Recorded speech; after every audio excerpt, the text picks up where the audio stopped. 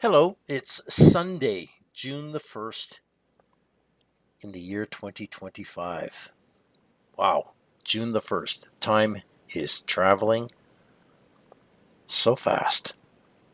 God bless you wherever you may be. Welcome to Darkness is Falling video number 390 in this now expansive educational series of messages exposing the Jesuit, Vatican, shadow empire as the true cause of all revolutions, genocide, war, and deception for the last 500 years. This wicked empire is the one and only candidate for the fourth iron Roman beast system described trampling and crushing the nations in the prophetic books of Daniel and Revelation. Once again, thank you to all of you who have contacted me with information, news, encouragement, and I really appreciate this.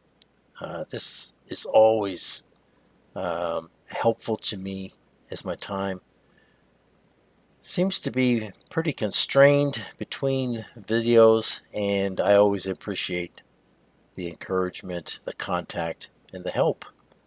So thank you very much. I really, it's unexpected, but I really appreciate it.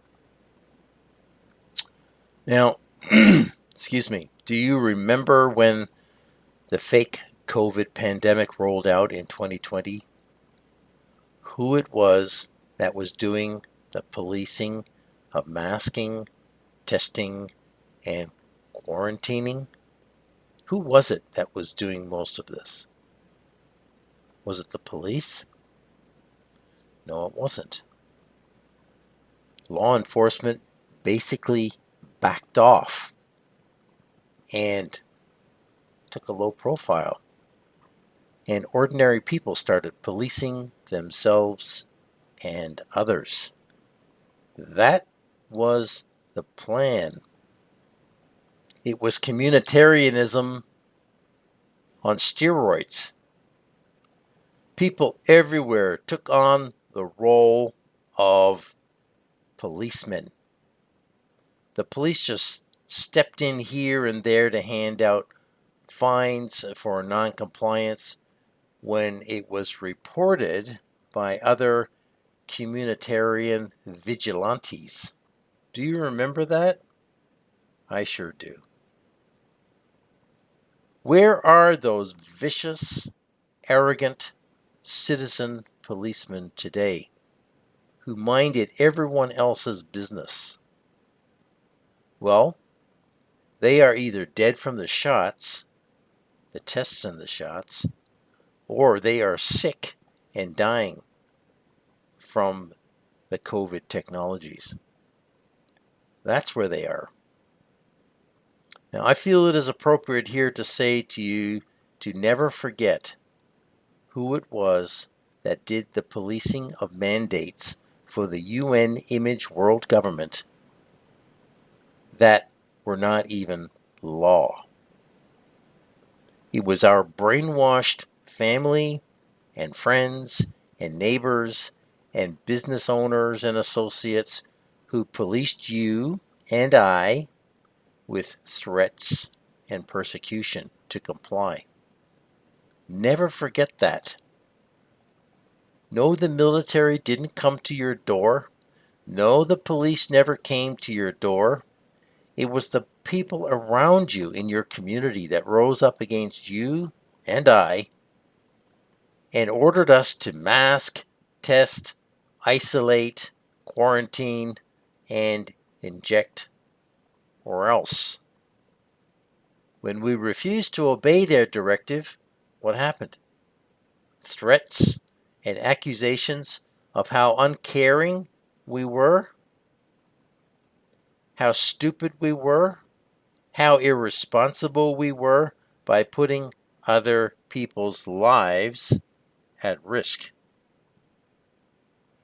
Think of the stupidity behind that statement. Now, it was the communitarian citizen police who enforced the UN image of the beast, world government false mandates last time, and they will do it again. Maybe a little bit differently, but they will do it again. So be prepared for that, and do not be shocked when they turn against you again. In Isaiah 3, verse 5, we are told, "And the people shall be oppressed, every one by another, and every one by his neighbor. The child shall behave himself proudly against the ancient, and the base against the honorable." How true that is. In Micah 7, verse 6, states, "For a son dishonors his father, a daughter rises against her mother, and her daughter-in-law against her mother-in-law. A man's enemies are the members of his own household." How true that is. And we've experienced it, and it will happen again. Jesus warned us in Matthew 10, verse 21, saying, "Brother will betray brother to death, and a father his child. Children will rise against their parents and have them put to death." That has been happening all throughout history. Now, just because you haven't seen it in your local neighborhood does not mean that it has not been happening. It has. Jesus' words have already come to pass in buckets. Now, Mark chapter 13, verse 12, Jesus said, "Brother will betray brother to death, and a father his child. Children will rise against their parents and have them put to death." And then again in Luke chapter 12, verse 53, Jesus says, "They will be divided, father against son, and son against father, mother against daughter, and daughter against mother, mother-in-law against daughter-in-law, and daughter-in-law against mother-in-law." Can you see all the relationships there? Pretty well covers all family relationships and neighborhood or community relationships. The Word of God is very accurate in describing the totality of things. And this is what Jesus was getting at here. So the warnings from God have been numerous. Base human nature has not changed, and don't expect it to. In fact, it is getting worse. The vast majority of people have the mind of the beast, the character of the beast in them. And they are living this out. And just because they are not running down the street in mobs with pitchforks, hunting people from door to door, means nothing. Every age, every world event sees things happen slightly differently. But persecution is always just persecution, however it rolls out. So please keep this in mind, because it is going to happen again. And I say going to, it probably already is happening now somewhere in the world. It never stops. It just moves from continent to country, to continent to continent, country to country, state to state, depending on what happens. Now, I was thinking about that this week, and I thought I would put in another reminder in here about this, because it is very easy to forget what happened between the end of 2019 and May 2023, when they called off the fake world pandemic. Never forget, because these things repeat themselves sooner or later. Now, just another item here that we need to think about. And we see a lot of information now on all the channels about AI. Now, AI is a weapon. It's just software, people, but it is a weapon to make people obsolete and dependent on beast government UBI, or Universal Basic Income. It's already here. If you are receiving a government benefit, at some point that is going to flip and become the UBI, because it is given to you, us, people, by government authorities. And these are Roman government authorities.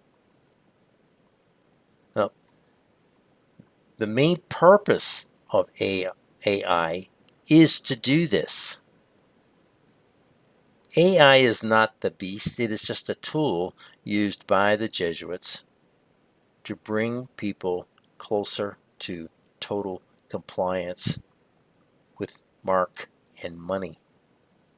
I've been talking about this for quite some time. If you're new to this, then I urge you to go back, watch my video called Mark and Money, and this will fill a lot of things in for you. Also, video number 363 called Mark of the Beast.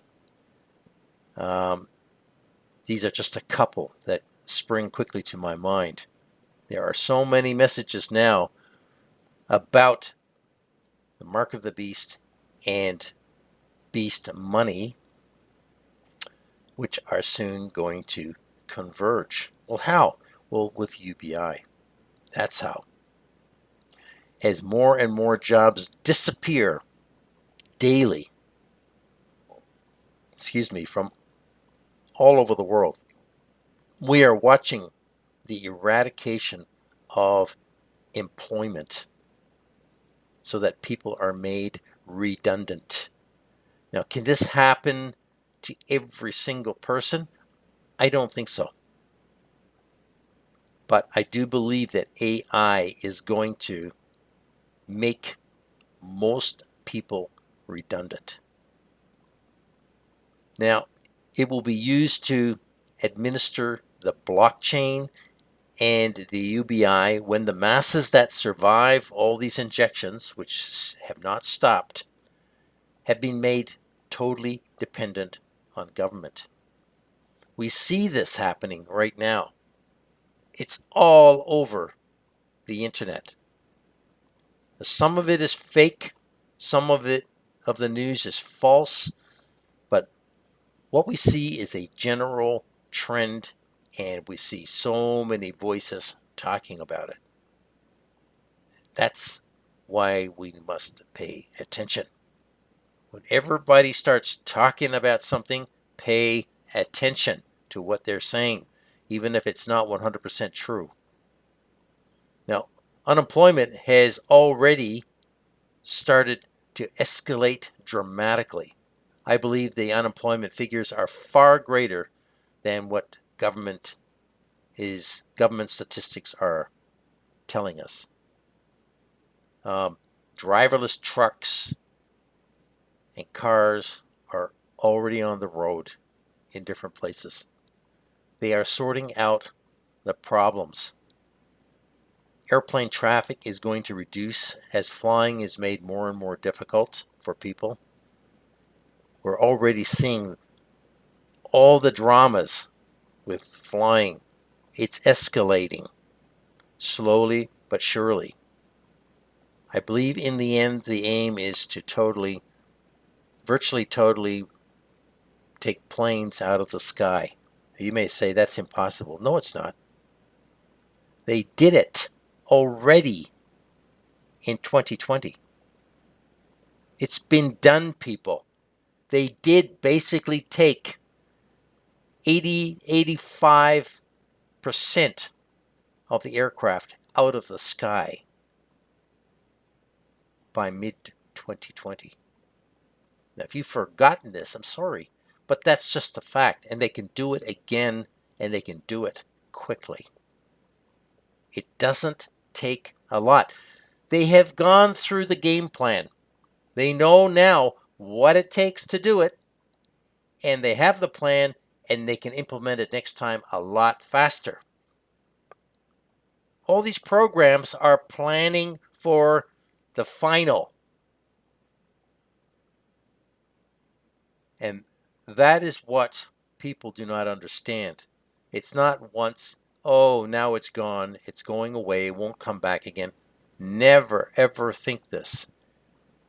We are not living in normal times, even now, where the dust has settled a little bit. No, sir. Normal of any kind disappeared in November 2019, never to return. So be on heightened alert for whatever is coming down the pipe, because it won't be pleasant. So cities are starting to put the infrastructure into place to create 15-minute city boundaries. I saw a news item the other day where Oxford, the city of Oxford in England, is now compartmentalizing the city into sections, and people will not be able to cross over from one section of the city to another section without permission, without passwords. They have to pass through security. This sounds crazy, people, but this is coming in by stealth all over the place. The rules, the laws are changing, and road signage is going to change. There's going to be a system that comes in all over the place that begins to separate people out into 15-minute smart cities. You will eventually, when I say you, I say we, us, people, will not be able to cross out of their 15-minute smart city without permission, without the mark, and for good reason. So this has already been done. The Jesuits set up their communist, socialist, fascist communities in Paraguay. They set them up in Russia, in Cuba, in China. They know how this works. They are bringing it in by stealth right under people's noses, and the vast majority of people cannot see what is happening. So the whole world is heading towards 15-minute smart city communitarian prisons. The Jesuits don't care about money or whether companies go bankrupt or people die from the economic disruptions. They own it all. They own all businesses. I've explained this in many previous videos. They own all businesses. They are burning the whole system down slowly. If you are shocked hearing me say that, then you simply haven't been paying attention, or your life is still very comfortable. One or the other. I don't know. And as I've said before, I've been warning that this was coming for years now. The Bible describes it, not in absolute detail, but it's there, if you read between the lines by the Spirit of God. Now, I want to show you just a few thumbnails from a small selection of YouTube channels, and I'll make some comments about them. So let's have a look at those now. Now, in this first thumbnail from SBS News, just recently, you can see the title, "Why Self-Checkout is No Longer Profitable for Retailers." Seems like they are going to get rid of self-checkout. But this is not true. What they've been doing is training people to self-checkout. It's been a training exercise all over the world to get people used to self-checkout. It's all about scanning and doing it yourself. And it all relates to the final mark in the body that you will scan when you purchase something, whether in a shop or whether online. So this is not true. It's not about profitability for retailers. It's about training people. COVID was training for the final mark. It got everybody injected, got people used to the idea of getting injected regularly and accepting it. And training is one of the biggest things that people do not understand. This is how world authorities get people into a position of apathy, acceptance, and compliance.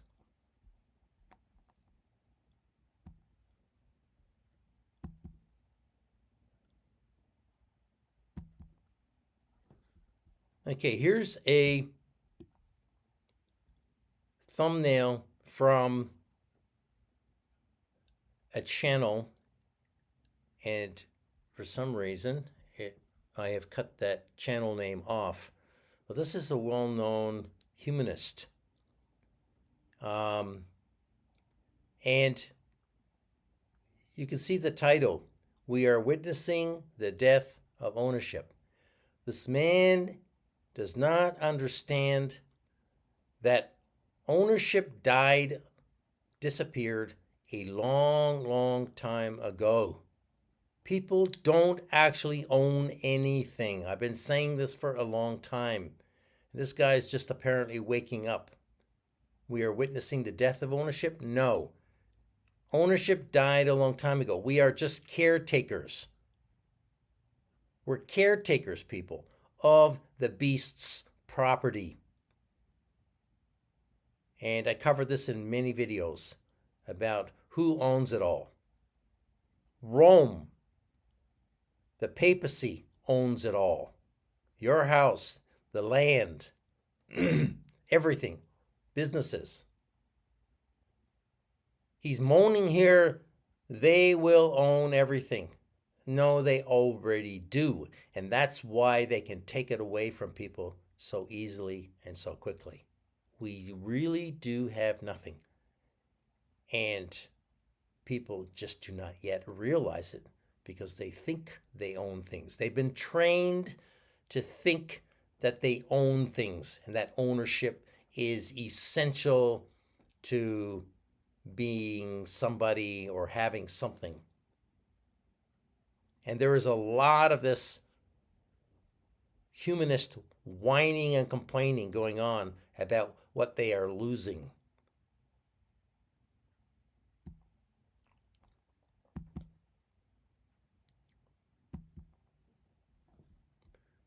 Here's one from CNN recently. And the title here is "Trump to the Atlantic. I run the country and the world." This is the insanity of what people will believe. Of course, CNN is going to peddle this, and people are going to believe it, that Donald Trump runs the country and the world. It's absolutely absurd. This person runs nothing. They are just a figurehead, puppet president figure, dispensing orders, causing chaos, turning the whole world into a crazy clown show. But in the middle of this crazy clown show, everything is changing. And people just do not see this. They are complaining about the craziness of what's going on and how people are stupid. They don't know what they're doing.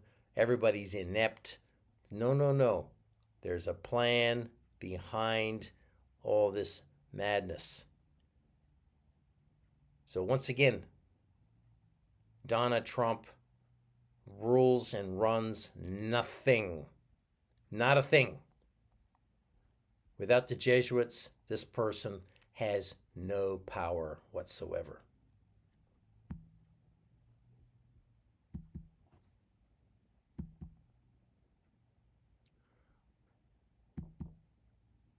All right. Well, that's interesting. Okay, there we go. Don't know why these are not responding. Okay, here's another one from the New York Times. These are all YouTube channels. Excuse me. And I've just selected a random number of them to quickly talk about here. Here's the title. We're experts in fascism. We're leaving the U.S. Fascism is here. Trust us. These people are stupid. These people are experts in fascism, and yet they have not recognized that we have been living in a fascist society all our lives,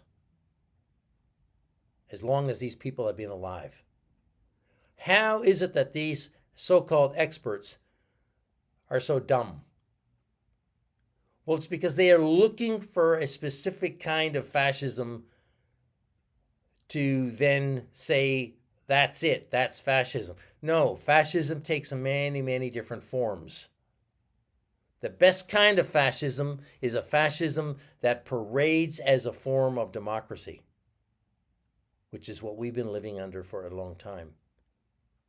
These people, wherever they've gone, they're leaving the U.S., they're going from one fascist state or country to another one. The whole world is fascist. Everything is controlled by the one world government. And these people do not even know this. It makes this YouTube message look like absolute stupidity. But that's where we're at.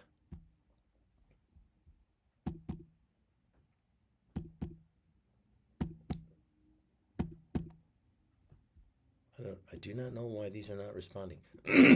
Excuse me. Here's another one from the MCGA YouTube channel. Rent is free for immigrants in Canada. Yes, it is. Shocking proof that shocking proof that immigrants have their rent fully paid for by taxpayers in Canada. Yes, this is true. It's happening also in the United States. It's happening to countries in Europe. Yes, it's all by design. I've been saying this forever, that these immigrants are brought in and their bills are paid. They're even complaining that they're not getting enough.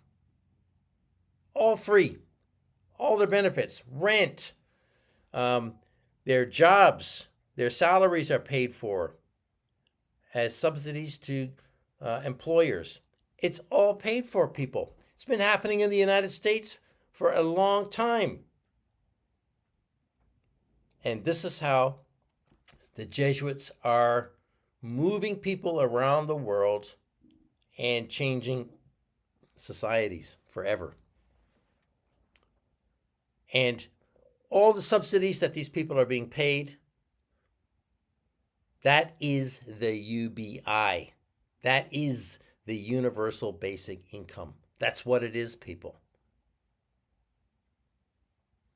And this person putting this video out is obviously shocked that immigrants have their rent fully paid. We should not be shocked, people. See, these people do not understand the time in which they're living. They do not understand what the one world government is doing. And so they are shocked because they think they live in a free society. And somehow their freedoms are being threatened.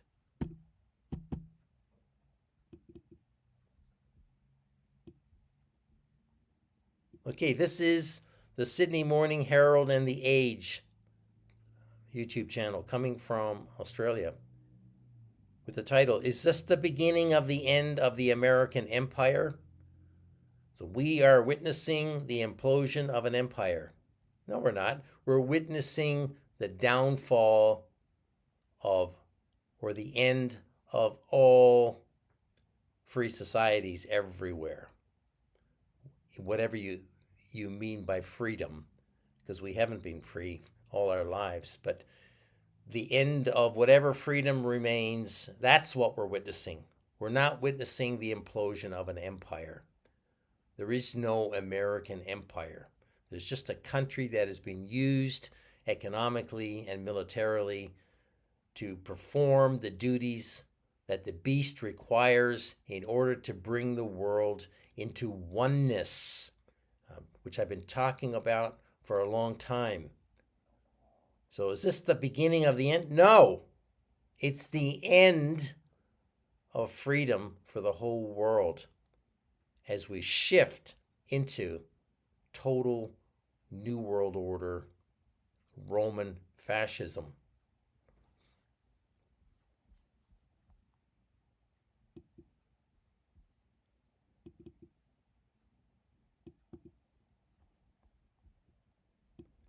Here's another one from a channel called The Nomad Capitalists. Emerging markets will crush the U.S. The USA is in decline. No, the USA was finished as a country, as all countries have been finished for a long, long time, because all countries are businesses. So this man also does not understand what is going on. He thinks he does. This man has multiple passports, travels around the world, advises people on money, how to squirrel their money away to protect themselves from the disaster that they all believe is coming. The disaster is here, people. And no matter where people squirrel their money, they will lose it. There is no safe place to hide from the Jesuits and from the world authorities. No place to go. People running from country to country looking for a better life. They'll never find it because the whole world is now under a one world fascist government. And that has been here since 1945, gradually implementing their programs and bringing the whole world into slavery. This man believes that he is free and that he's able to go, just because he's able to get on a plane here and there, he thinks he's free. This man has had the jabs. This man is marked. And this man is telling stories, as nearly all YouTube channels are. They are all telling stories. They're not telling the truth.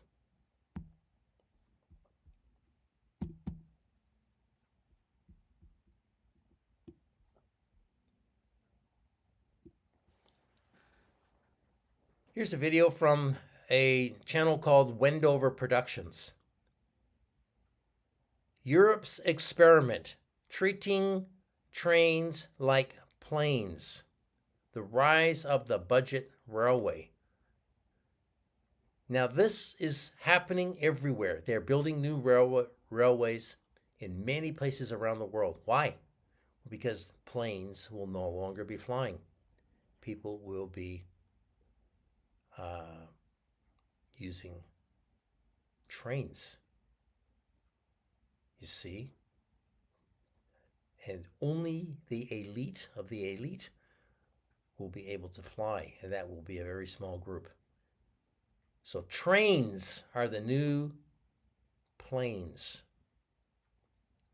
And this has been happening for a long time. People just do not see it. They do not see what the world authorities are doing. They are changing everything. And we're watching it in real time if you have eyes to see it. Treating trains like planes. They're telling us, people. It's right there in the video title. Europe's experiment. It's not an experiment. They've been working on this for decades. And they're doing it all over the world. They're building new railways. And you can check this out yourself. People are going to be walking. If they can get out of their 15-minute city, they're going to be driving electric cars. They're going to be catching trains if they're allowed. We're living in a world prison system where freedom of mobility, freedom of choice is reducing day by day, hour by hour. And it's being done slowly so that people remain deceived and cannot see it until it's too late.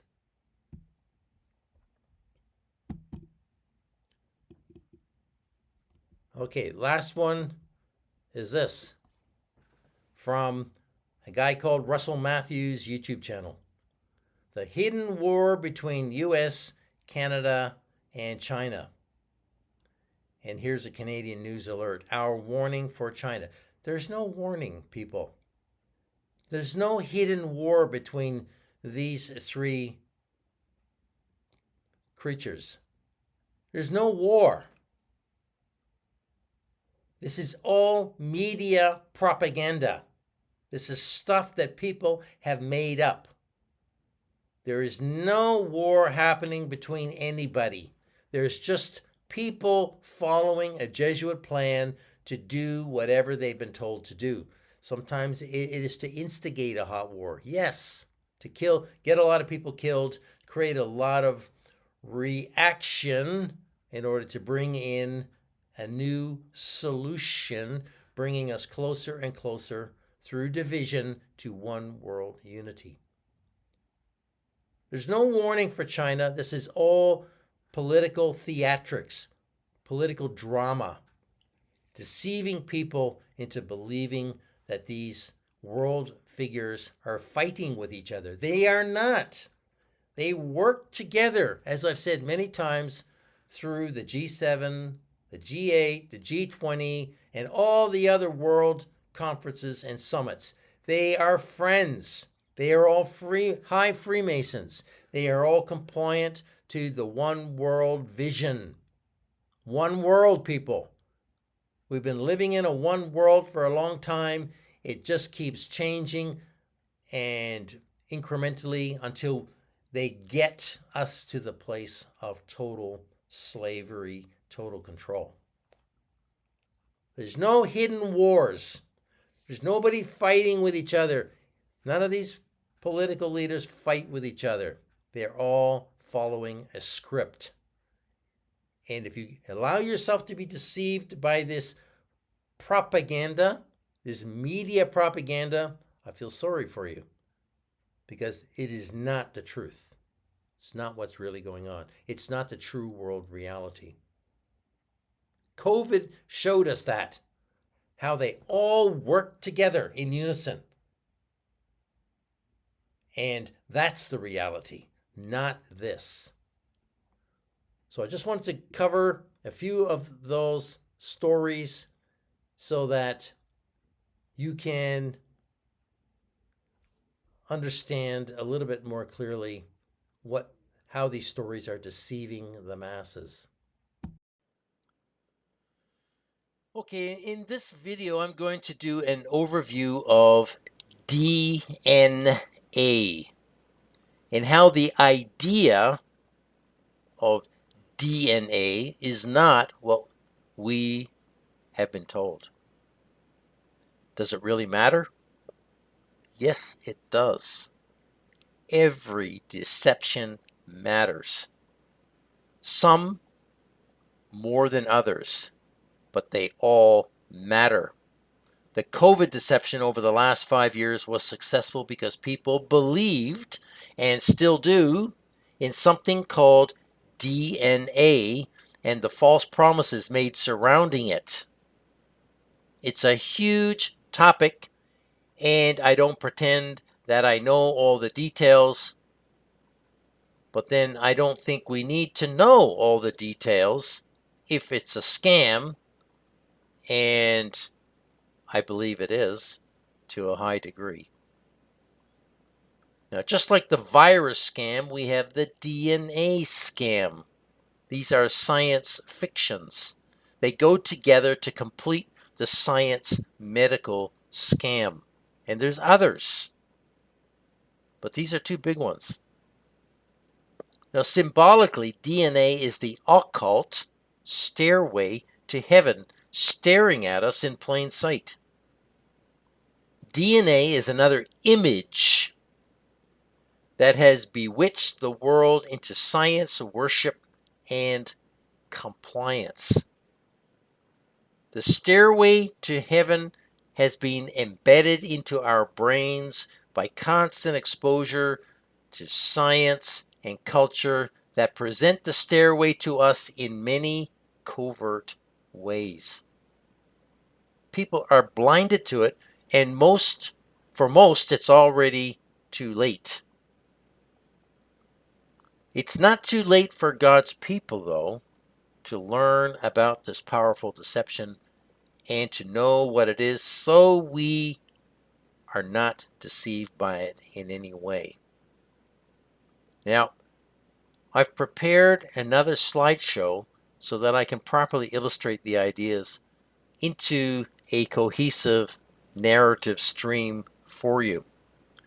My hope is always that you will see even more widely what Satan and his minions have accomplished, and that you will not fall victim to his deceptions and temptations in these last days. Let's have a look at that slide presentation now.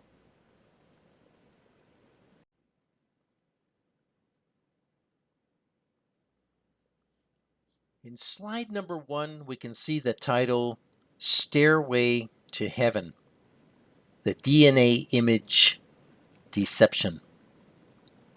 This is a difficult topic because of the false science that everyone believes is true. Now, I'm going to do my best to present only what I feel is important so that the topic doesn't get complicated by Roman science terminology. Simplicity and clarity are the keys to effective communication about anything. There is so much involved with DNA that only people who are educated into this terminology will even begin to understand. For you and I, we just need to know the basics about this topic so that we can come to terms with the truth or the falsehood of it. Now you can see at the bottom of the slide is my website, darknessisfalling.com. Please go there once again and use the resources while they are still available if you haven't already done so.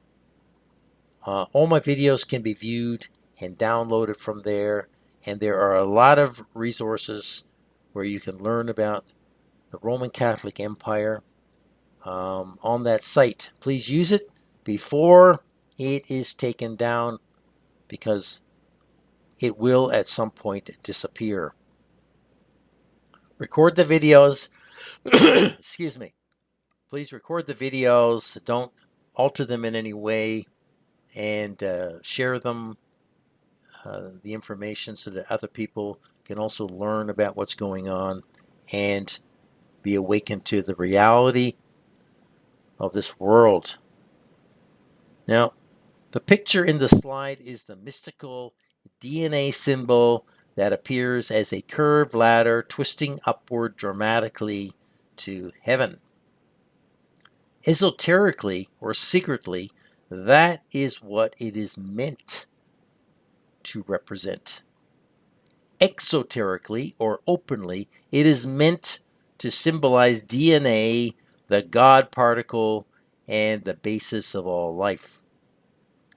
Of course, people don't see the esoteric or hidden meaning, which is the most important one, and thus they are deceived by the lies that they are told about it, just as they are deceived by the lies that they are told about viruses and vaccines. Now, in this presentation, I'm going to once again provide a structure by which to get to a rudimentary understanding of this topic. It is up to you, the listener, to do your own reading and investigation and try to fill in a more complete understanding, and then come to your own conclusions about what I'm saying in this message.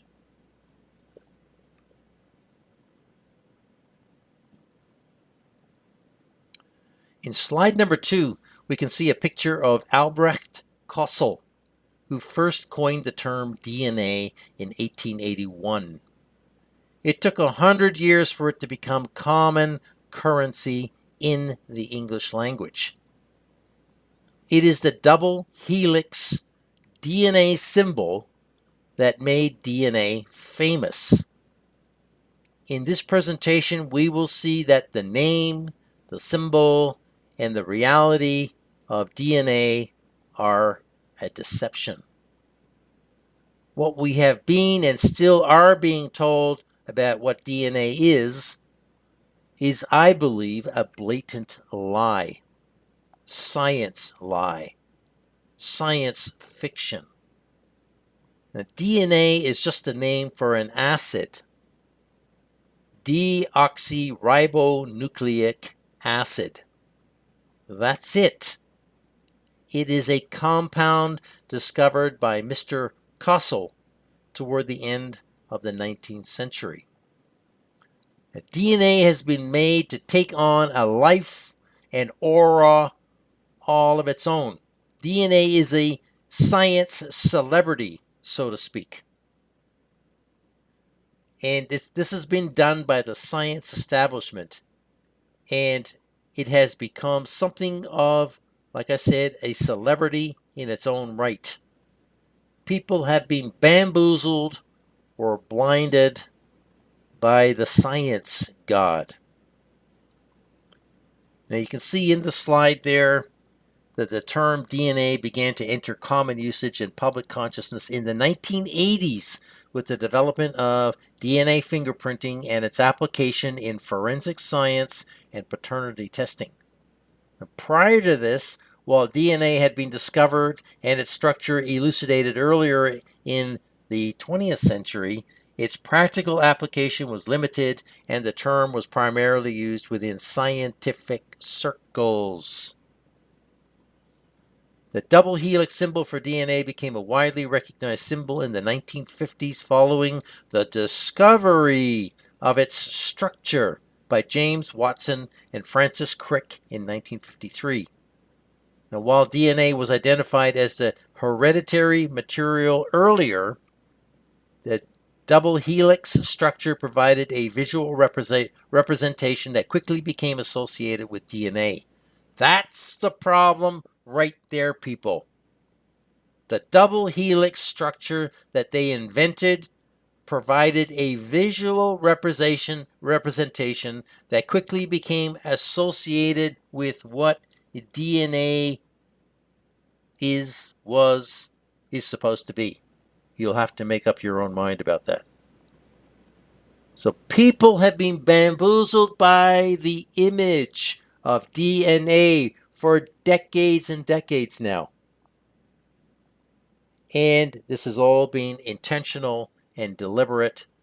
And of course, most people cannot even begin to explain to you what DNA is or what it does.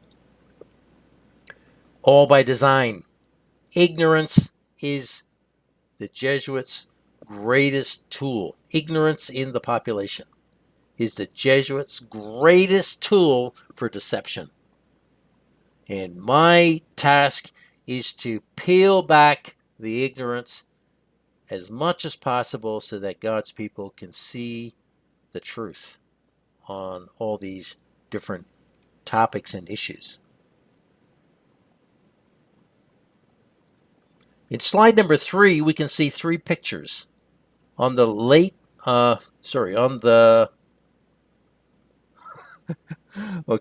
on the left is what is claimed to be an X-ray picture of the DNA double helix taken in 1952 by Rosalind Franklin.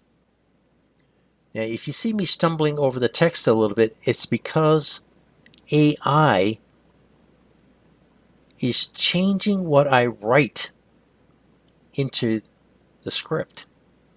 And I discover this when I come back later, because this has been edited a number of times. And this is what another challenge that I'm faced with is errors appearing, words changing in the text. Now, an online encyclopedia states that photocrystallographic photo 51 is an X-ray based fiber diffraction image of a paracrystalline gel composed of DNA fiber taken from Raymond Gosling, a postgraduate student working under the supervision of Maurice Wilkins and Rosalind Franklin at King's College London, while working in Sir John Randall's group. The image was tagged Photo 51 because it was the 51st diffraction photograph that Franklin had taken. It was critical evidence in identifying the structure of DNA, unquote. Note that 5 plus 1 equals 6. Another coincidence? I don't believe so. Now, if you look at that photo, this crystallographic photo, or this X-ray photo, and if you see a double helix spiral in that, well, congratulations. You need to get your eyes tested and you need to get a pair of glasses, because that is not what can be clearly seen in that photo. So this is where the tomfoolery starts, where the science hoax of DNA starts. It starts with this photograph. The center picture is a cartoon supposedly interpreting photo 51 as a double or dual spiral helix. In my opinion, this takes a truckload of faith to believe, because when I look at the photo, I see a segmented X shape, and that is all within a diamond. Now, the fact that math was used to explain this non-observable phenomena is yet another example of science trickery using numbers. Now you can see in the middle picture where they have got arrows pointing to different parts of the photograph saying it's this, it's that, it's this, it's that, and some sort of little equation up at the top, in the top right-hand corner. It's total nonsense, people. Total nonsense. They just see what they want to see. Now, the picture on the right is a rough drawing of photo 51, executed by Francis Crick's artist wife, Odile. This is the proof of the existence for the DNA double helix symbol, which has never, ever been seen by any living soul. It is this kind of science fraud which has been foisted on unwitting people and deceived the world in more ways than one. So this is where it starts, people. This is the source of the double helix DNA symbol or image, which has blinded everybody in the world. You can see that this fraud and how it was foisted on first the science community and then the world is unbelievable. Now in slide number 4, we can read a few things about both the virus and DNA frauds. These two science deceptions have dominated health for a long time, possibly 150 years or longer. And no virus has ever been seen under a microscope or been isolated in a lab. DNA as it has been presented to us has never been seen under a microscope, and science claims about what it is and how it functions are unproven. The mythical heredity molecule called DNA, just like the virus, has never been seen under a microscope or been photographed because there are no photos and they can't do it. Now, in the slide, you can see that viruses in 1892, Dmitry Ivanovsky used one of these, used as some sort of filter to show that sap from a diseased tobacco plant remained infectious to healthy tobacco plants despite having been filtered. Martinez Beijerinck called the filtered infectious substance a virus, and this discovery is considered to be the beginning of virology, which is a totally fraudulent science practice, field of science, whatever you want to call it, type of science. And this is where virology comes from. Somebody called an infectious substance a virus. And from there on, it's been downhill. Now, Louis Pasteur and Antoine Béchamp formulated their oppositional theories for disease during that period of time, this late part of the 19th century. Béchamp stated that disease originated from within a toxic body, and Pasteur argued that disease came from without the body by way of transmission from person to person through the air or by touch, essentially. So once again, we come back to the two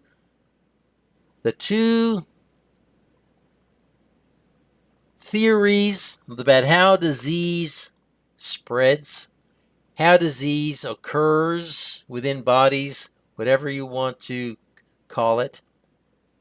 And of course, we know the story that the Jesuits championed Louis Pasteur's germ theory and crushed and relegated Antoine Béchamp's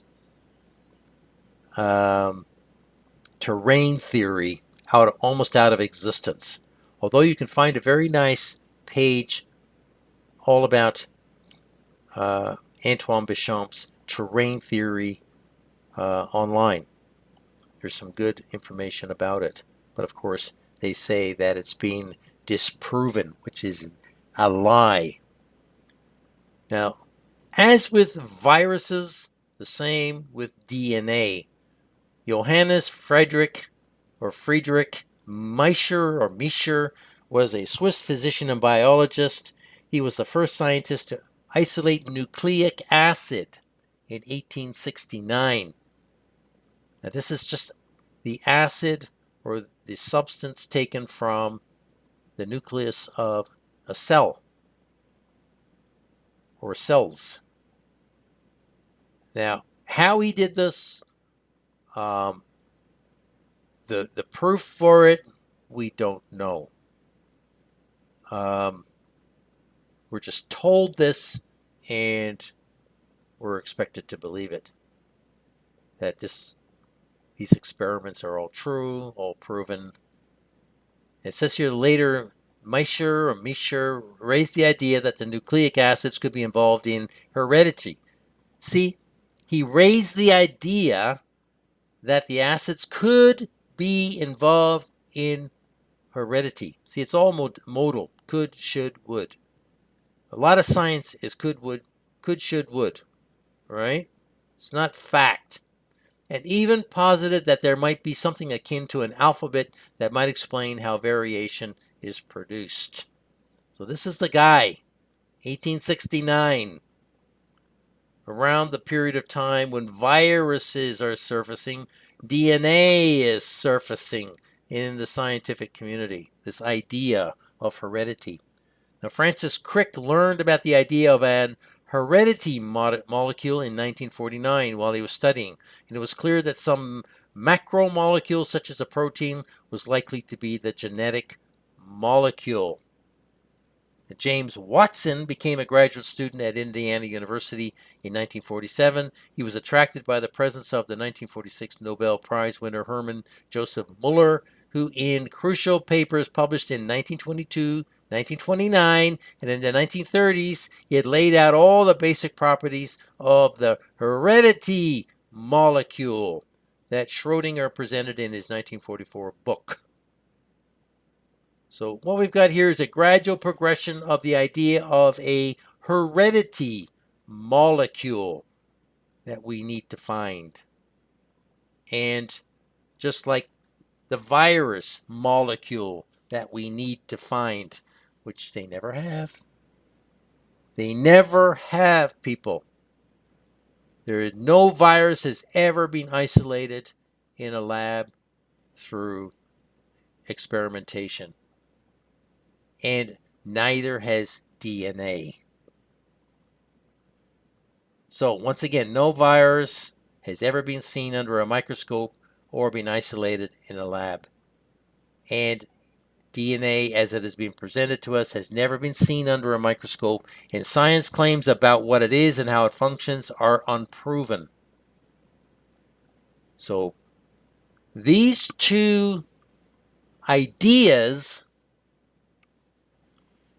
these two theories, have been made into fact. In fact, these two theories are assumptions, and they have been turned into science fact without evidence.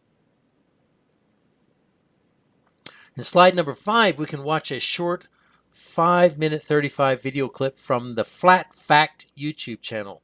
The author has been looking for a real photo of the double helix DNA structure, but has been unsuccessful. The reason is simply because it doesn't exist. The double helix image is a hoax and a very powerful spell that most people have been bewitched by. So please watch, and I'll see you afterwards. Orbiting snowballs, orbiting snowballs, orbiting snowballs. A flat fact. A flat fact. The realm. Do you know what the realm is? A story we agree to tell each other over and over till we forget that it's a lie.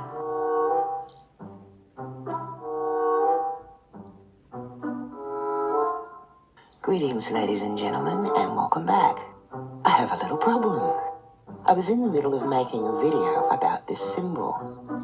This symbol is Ingaz, or Ing. It is an old symbol.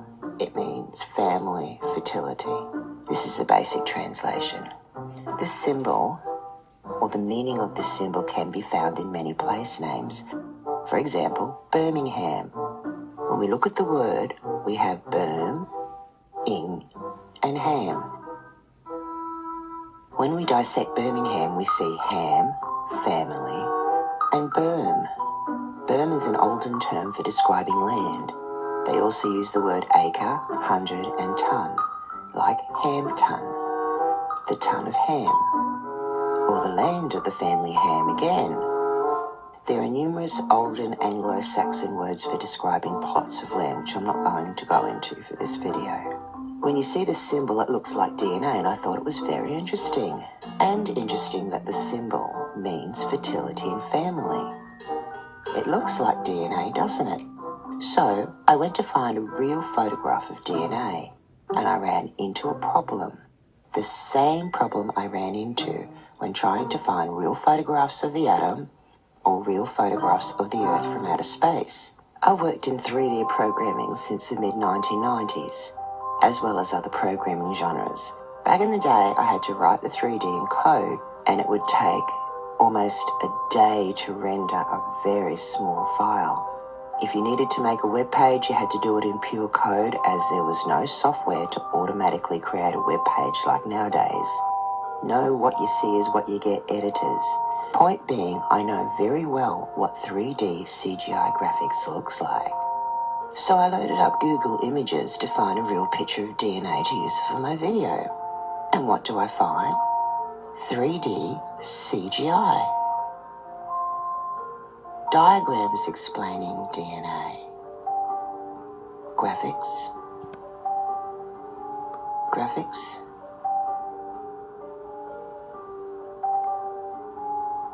More graphics. Graphics. Graphics. This is a graphical image of DNA stain. I mean, really? Graphics. Graphics. Oh, here we go. This is a DNA stain. This is an autoradiogram of DNA. Radio waves, not an image of the DNA helix. This is also very similar to the radio waves of the periodic table. Oh, Google says microscope images. Let's have a look. Sorry, that's graphics. This image is not real either.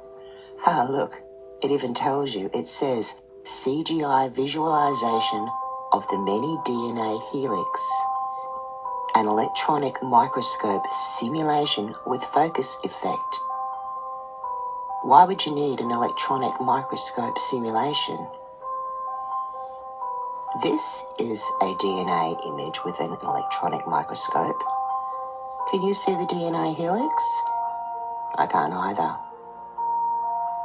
Here is someone asking which microscope can see DNA. The answer given is the TEM, the transmission electron microscope, which will show you an image like this. So how did Watson and Crick find the DNA helix back in the 1950s? Oh, look at this. Maths, as in mathematics, shows how DNA twists and turns and unzips. I don't want mathematics. I want a real image, thank you. I've been told my entire life that this is what DNA looks like. Can anyone please show me evidence of the existence of the DNA helix that someone has actually photographed? Not a theoretical explanation, not 3D CGI or graphics, not radio wave data, and not Photo 51, which also doesn't show the double helix. Is there any?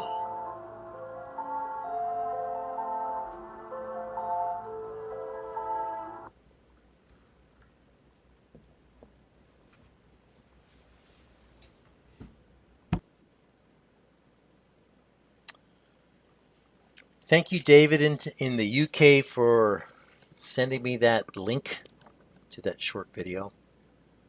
I apologize.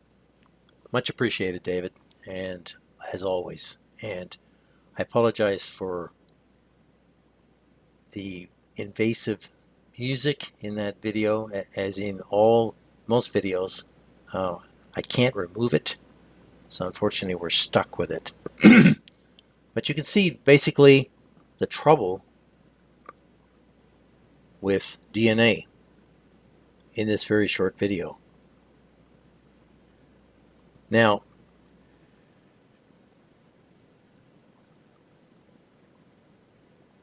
that symbol, ing or ingas, means more than family and fertility.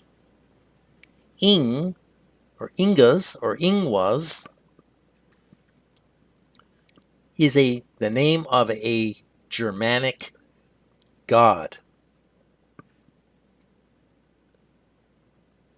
That symbol represents a god. Very important to understand this. In slide number 6, we can see the ing or ingas runic double cross symbol. Yeah, that's a double cross. In the image on the left of the slide, we can see a stylized ing pendant with the black cube of Saturn embedded in the chest of the Norse god Ingfinger. This symbol can represent life, fertility, transformation, and the cycle of life. There can be no mistaking about the meaning of this symbol and its affiliation and connection to the DNA symbol, which we'll see shortly. Now, the fact that this symbol is at the heart of the DNA symbol is not a coincidence. The inventors of this symbol were both high Freemasons. Kabbalah is at the core of the Masonic religion. The double-cross symbol is exactly that, the betrayal or double-crossing of mankind by Satan's minions. It's right there in plain sight. These two men would have been very familiar with this symbol from their occult studies. By softening the hard edges of the symbol, they created the curved double helix DNA symbol. And you can see it. You can see it in the picture on the right in the slide.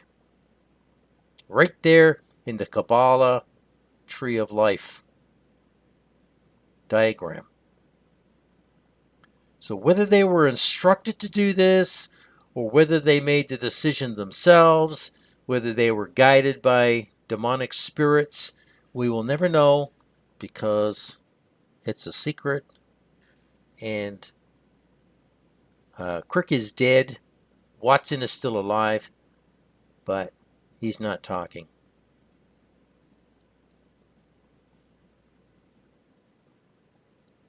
In slide number 7, we can see two pictures.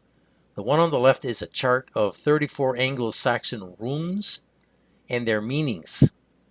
The Inga's god symbol is near the center of the third row down from the top.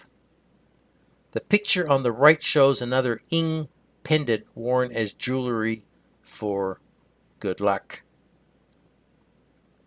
Somebody will believe that they have the luck of the gods hanging around their neck.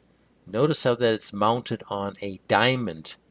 Now a diamond, when you add up the letters, you end up with 33. A diamond is the only shape that I know of that comes out to 33. Also, the color orange adds up to 33. As far as I know, it's the only color that adds up to 33. So that's why we see orange. Orange, orange, orange. That's why we see diamonds, diamonds, diamonds everywhere through popular culture, because they add up to 33. They're lucky for the occultists.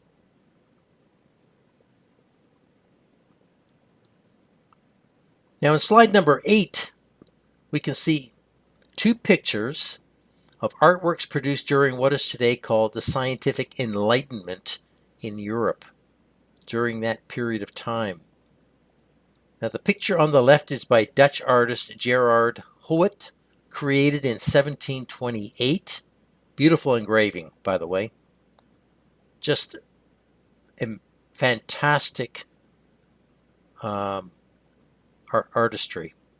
The picture on the right was created by English artist William Blake in 1806. Now both of these men were Freemasons, and organized Freemasonry was expanding rapidly during this time period in Europe and in Britain. So the biblical story of Jacob's ladder, a dream of a ladder to heaven with angels ascending and descending on it, was incorporated into Masonic allegory and ritual. That's very important to understand. And we'll come to this in another slide shortly. The idea is that a man can climb the ladder of enlightenment or illumination by degrees to the light at the top, often depicted as a 5-pointed, 6-pointed, 7-pointed, sometimes 10-pointed star. Now take note of how the picture on the left has a straight ladder, but the one on the right is a spiral staircase. They both represent the same idea. Blake's spiral staircase was to become very influential in Masonic circles. The combination of spiral and runged ladder exactly express Watson and Crick's double helix DNA symbol, and this is not a coincidence. Now, both of these artworks are very beautiful artworks. As an artist, I studied much of this early European modern art, if you want to call it that, and much of it is based on mysticism, based on Masonic mysticism, the Masonic religion. But right there you can see the progression of the idea of Jacob's ladder being purloined, stolen from the Bible, and incorporated into occult teachings, twisted and taught as something else. The story about Jacob's ladder has nothing to do with occultic principles of illumination and enlightenment. It's total blasphemy. On slide number 9, we can see two pictures of the stairway to heaven. That's what this presentation is all about. The stairway to heaven. Now, on the left is what is called a Masonic tracing board, showing the ladder to the seven-pointed star of light, and on the right is a more literal contemporary depiction of very dramatic ladder ascending to the light with people climbing the ladder. Now, the Tower of Babel was the ancient forerunner and model of the stairway. The tower paved the way to satanic fellowship with the gods as gods. So, the Tower of Babel is the early representation of what is now called the Stairway to Heaven. They were building their way to heaven, to the light, just as the Masons and occultists are doing today. There is no difference. The spiritual intention is exactly the same. The Tower of Babel would have had stairs winding its way up around the edge of the tower, the outside of the tower, or maybe the inside of the tower. I don't know how that worked. But that is the stairway up the tower to the top, to heaven, to the light. It's all the same. The curved stairway ladder of DNA embodies the ancient satanic dream of Cain and Nimrod.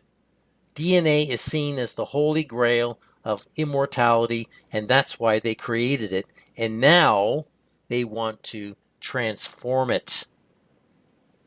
DNA is the work of men's hands.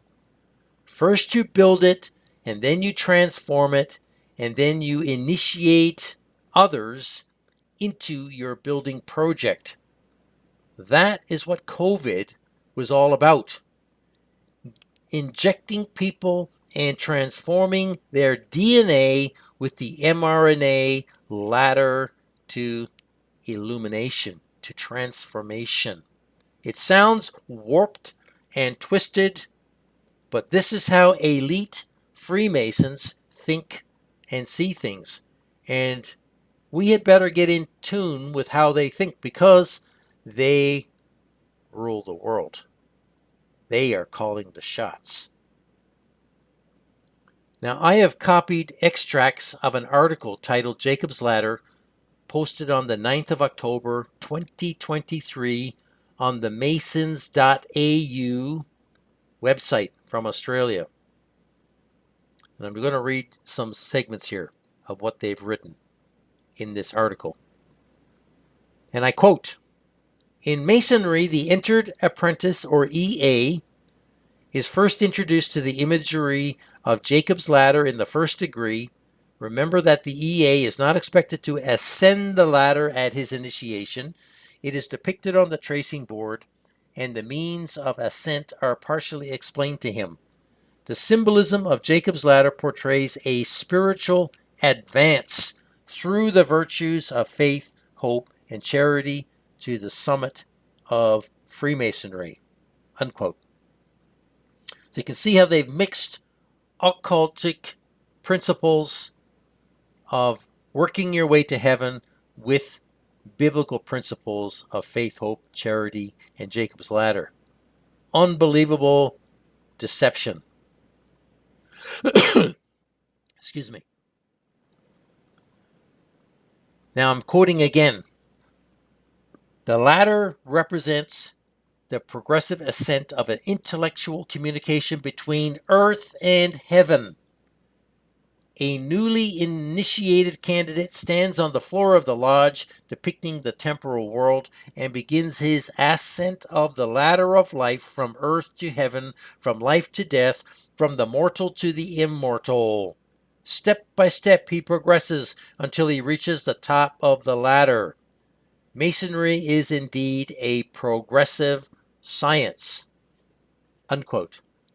So here they have encapsulated the process of the initiated Freemason. All the rituals they do are symbolic, but to them it's real, how they're step by step progressing up the ladder, going from earth to heaven and life to death, from the mortal to the immortal, because they all believe they're going to be immortal through Freemasonry. Now, quoting again, they say in ancient Egypt, tradition relates that Ra's ladder, Ra was the sun god, Ra's ladder linked heaven and earth. The Egyptian Book of the Dead referred to a ladder which allowed one to behold the gods. In works of Egyptian art, we find the souls of the dead climbing a stairway of 7 or 9 treads to reach the throne of Osiris and undergo the weighing of their hearts, what they call the Masonic judgment of good works. So this article is quite long. I'll just skip to another section here, and I quote, "In the Islamic tradition, Jacob's ladder is seen as a symbol of ascension, representing the ascent of Muhammad to heaven from the top of Mount Moriah." They go on to say, "Amongst our operative brethren, the ladder is, of course, a familiar implement. It was in constant use by our ancient brethren. In a system where working tools were used to symbolize moral properties, the ladder would be made to typify the power or means by which a man is lifted to a higher state of existence. It was always employed with the same meaning in the ancient mysteries and was a familiar symbol of salvation long before Jacob saw it extending from earth to heaven. We, as did the ancients, ascribed to it 7 rungs, symbolizing the 4 cardinal and the 3 theological virtues by which it was supposed a man was prepared for and elevated to the higher state." So right there you can see that they are clearly telling us what the ladder represents, and they're blasphemously saying that the way to salvation existed long before Jacob had his dream of the ladder. So this is a reference to pre-flood and Cain's religion, from which all this nonsense comes from, originates. They then go on to say in the article, and I quote, "In the Platonic tradition, this symbolism describes the ascent of the soul from one world to the other. In the Mithraic mysteries of Persia, each rung of a ladder was guarded by an angel, and the adept had to progressively disrobe to attain the resurrection of the body.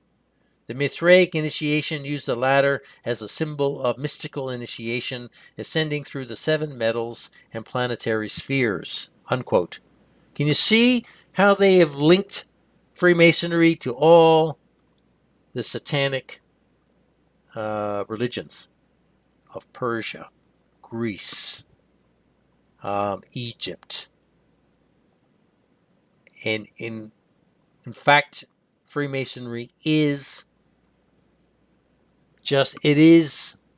what would you call it? Zoroastrianism or Baha'i represented in modern terms.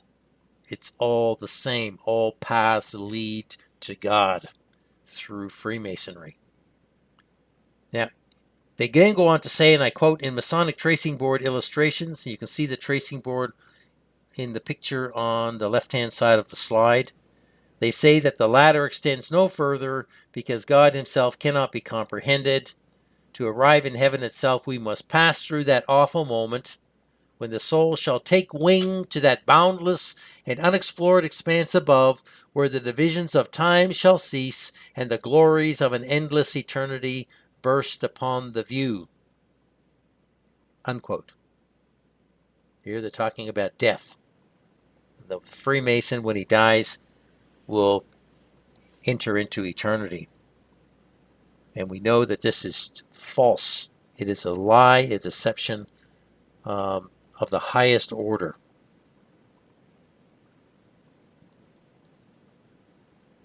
Now, in slide number 10, we can see two pictures of Led Zeppelin's song piece called Stairway to Heaven.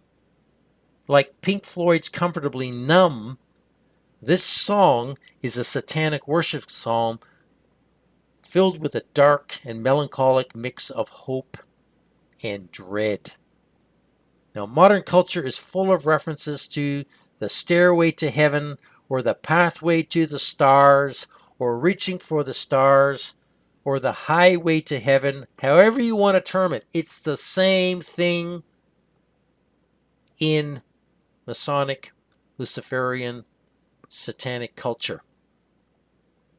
The original recorded version of Stairway to Heaven is exactly 8 minutes and 2 seconds long. This lands us on the 8 plus 2 equals 10, which is the double X-ing symbol. It is also the 2 times 8, or 2 times infinity, which equals heaven squared in mathematical terms. It's all wrapped up in there, people. It's just that people do not understand this, do not see it, do not know about it. This is why knowledge is important to lead us to the truth of God's Word. Now, Stairway to Heaven, which was released in 1971, was and still is incredibly influential on culture worldwide. The song is a powerful song spell. There is a list of 78 artists who have covered Stairway to Heaven on the whosampled.com website. Now, here are some of the lyrics from the last part of the song. And I quote, "If there's a bustle in your hedgerow, don't be alarmed now. It's just a spring clean for the May Queen." The month of May is very, very important because it is essentially the beginning of spring and new life in the occult pagan cycle of life. It goes on, "Yes, there are 2 paths you can go by, but in the long run, there's still time to change the road that you're on."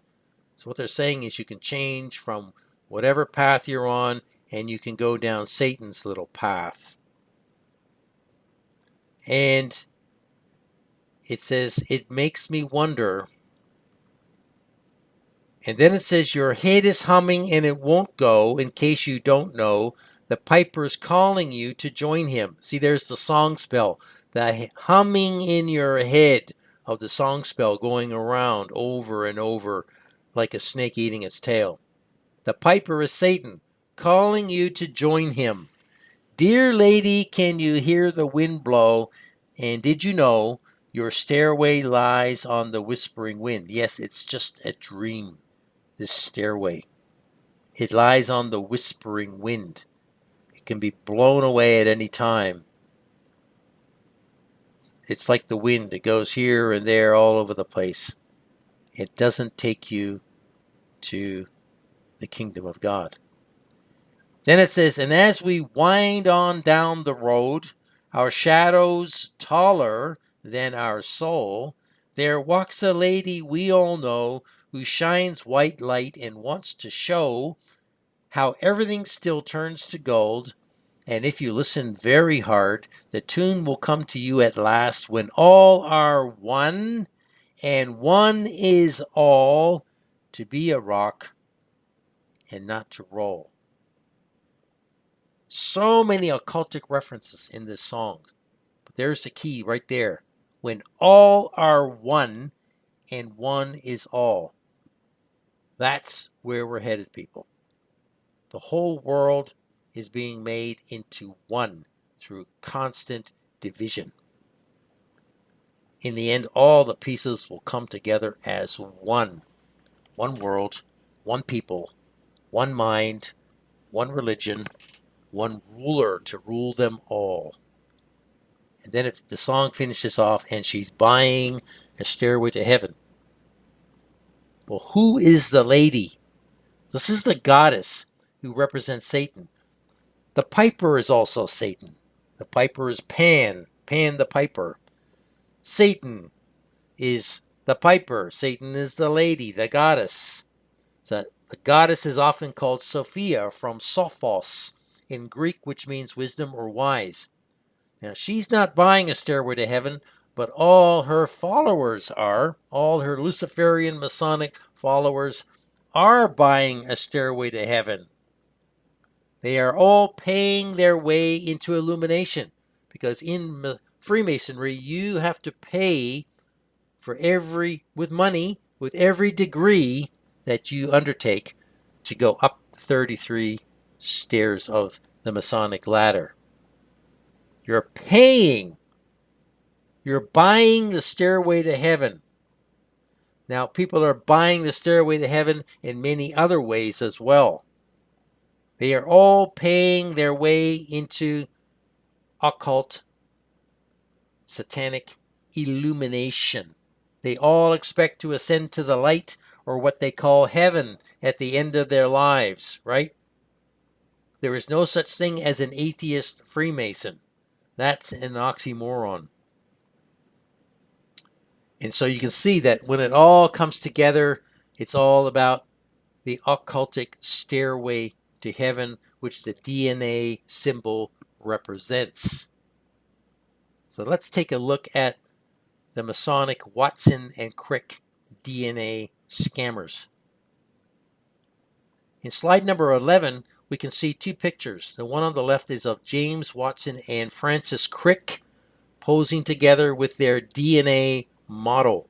Note the hands in the pocket, hidden hand posture by Crick on the right. Now the picture on the right signed by both Crick and Watson shows a straight ladder and a curved spiral ladder next to it. It is clear that the straight ladder from Freemasonry was simply twisted to make the curved DNA symbol. How satanically clever. Both men are implicated by their signatures to the deception at the bottom of the drawing. Now, these two science fraud evolutionists would go on to collect a lifetime of awards and accolades, including a Nobel Prize for their claims which have never been seen or proven. They're all smiles and laughter here in the picture, but their day in God's court is coming for the grand deception that they have pulled on humanity. Now, if you go to the Wikipedia pages on these two men and you look at the bottom of the page, you'll see the extensive list of awards and rewards that these men received in their life for a lifetime of science deception. Incredible how Satan rewarded these men for doing this, for pulling off this DNA deception. Now, the man in the left in the picture is Watson, and he is still alive. I believe he's 97 years old, but he is soon to join his friend, partner in crime, Crick where they belong.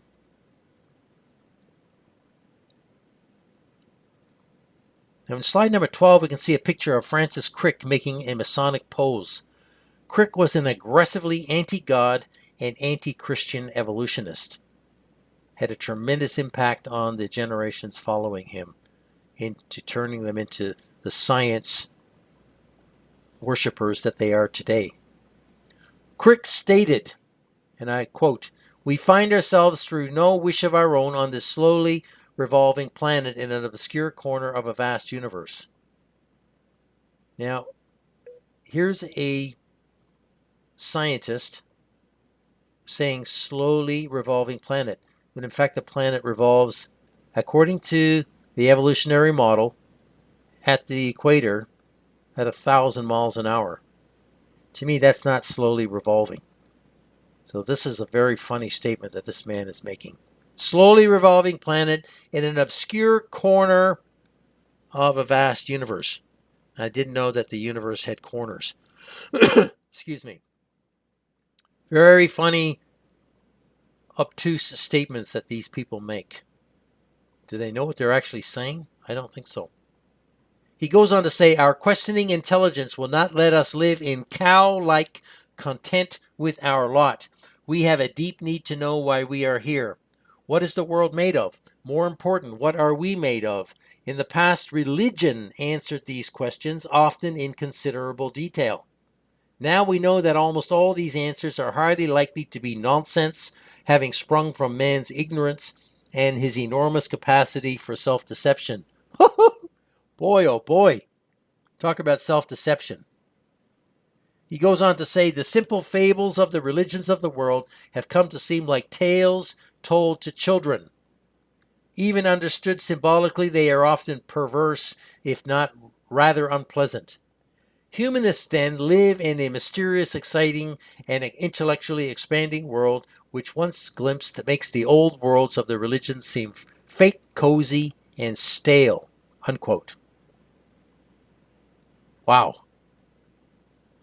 So he's replaced the truth of the scripture, which he calls deceptions, with his own myths of the mind, with his own deceptions, which he believes are truth. And this is what all people are doing, people. We can feel this man's contempt for all things biblical oozing out of his writing. Now, if we look in the slide, Crick said, "I do not respect Christian beliefs. I think they are ridiculous. If we could get rid of them, we could more easily get down to the serious problem of trying to find out what the world is all about." Yes. Unbelievable. Deception. Crick once joked, "Is Christianity may be okay between consenting adults in private, but should not be taught to young children." Wow. You see how they want to keep the truth from young children. And finally, in the slide, Crick referred to himself as a humanist, which he defined as the belief that human problems can and must be faced in terms of human moral and intellectual resources without invoking supernatural authority. He publicly called for humanism to replace religion as a guiding force for humanity, writing, "The human dilemma is hardly new." And of course, humanism is just another religion. But of course, these people don't see it that way. They think that humanism is scientific, and this is the deception. In slide number 13, we can see three pictures. On the left is a picture of James Watson and one of his quotes illustrating his ignorance and equating purpose in life to anticipating a good lunch. In the center is another picture of Watson in 2017. On the right is a picture of his book, The Double Helix, published in 1968. Now, Watson, like Crick, was an aggressive evolutionist and hater of God. These humanists weren't backward about expressing their true feelings of contempt toward Christianity in their writings. They still aren't. Now, here are some statements made by Watson over the years. And I quote, "I've seen no evidence of a God, so I'm not going to think about one.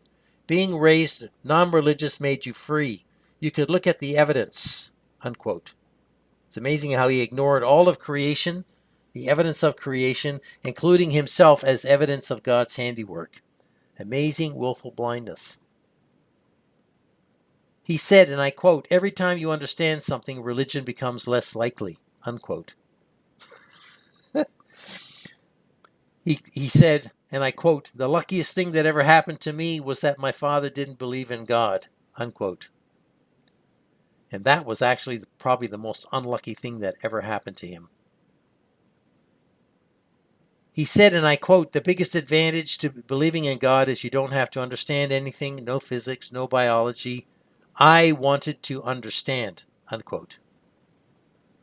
It's amazing how believing in God somehow negates understanding anything. Some of the greatest thinkers have been nominal Christians, believers of some kind in the Bible. And these people have absolutely, totally dismissed these people. He said, and I quote, "One could not be a successful scientist without realizing that, in contrast to the popular conception supported by newspapers and mothers of scientists, a goodly number of scientists are not only narrow-minded and dull, but also just stupid," unquote. Now, it's clear that Watson is a conceited and arrogant man and has shown considerable contempt toward even other scientists that he believes are below his rank. He and Crick believed that they were leading the charge in saving mankind with their science knowledge. They saw themselves as saviors of poor, ignorant humanity, helping it to evolve with their brilliant discoveries and inventions. And, of course, it's all based in pride. They are a total reflection of their master, Satan, who's full of pride. He is the epitome of what pride is. Now, in slide number 14, we can see pictures of two books that promote man as the science god, going one better than God's 7 days of creation, with an 8th day with man as God. Both of these books had considerable influence, amongst many others, in swaying public thinking about the glories of science and its possibilities for the future of man. Excuse me. And it's interesting, this 8th day, is that the 8 days that is reflected in the Beatles song, 8 days a week? Did they read this book and put the 8th day into their song lyrics? I wonder. I wouldn't be surprised.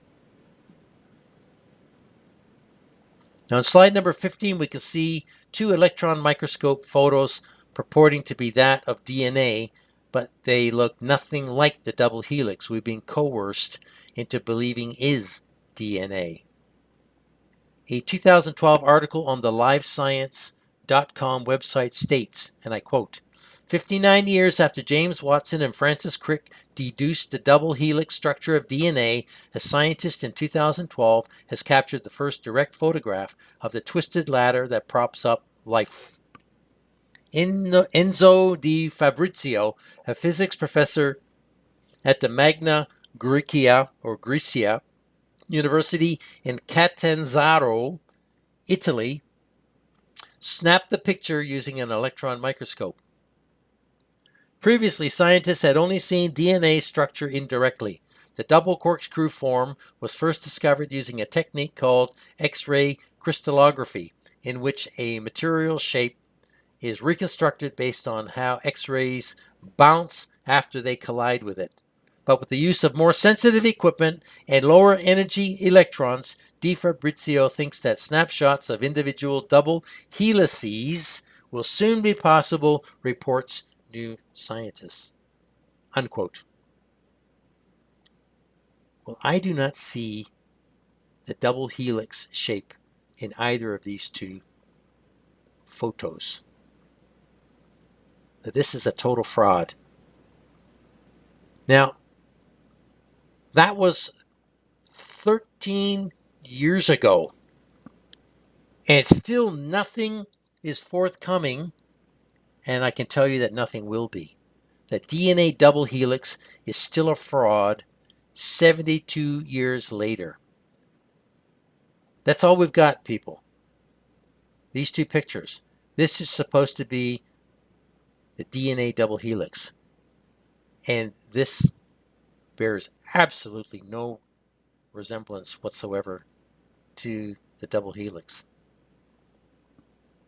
If you can pull a double helix out of these two photographs, then you are a magician. You are a sorcerer. And that's basically what scientists are today. In slide number 16, we can watch a very short 13-second video of DNA dancing. Yes, you heard it. Dancing DNA. Please watch, and I'll see you afterwards.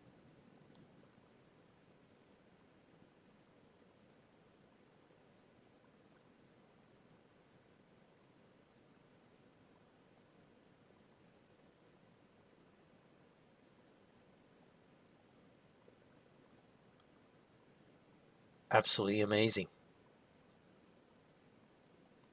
Now, this was posted on the University of York YouTube channel, February 18th, 2021. And this was in the caption underneath the video. Reading in the slide. This video allows us to see for the first time how small circles of DNA adopt dance-like movements inside a cell. It's a result of a collaborative project involving our researchers and colleagues from the universities of Sheffield and Leeds. Images combined with supercomputer simulations have made it possible to see the position of every single atom in the DNA and how it twists and writhes. Being able to observe DNA in such detail could help to accelerate the development of new gene therapies. Well, where did this come from? There are no pictures of DNA. This is another attempt to convince people that this is DNA moving. I'm going to just click on the video one more time. Oops. And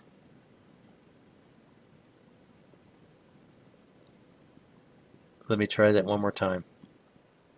There we go.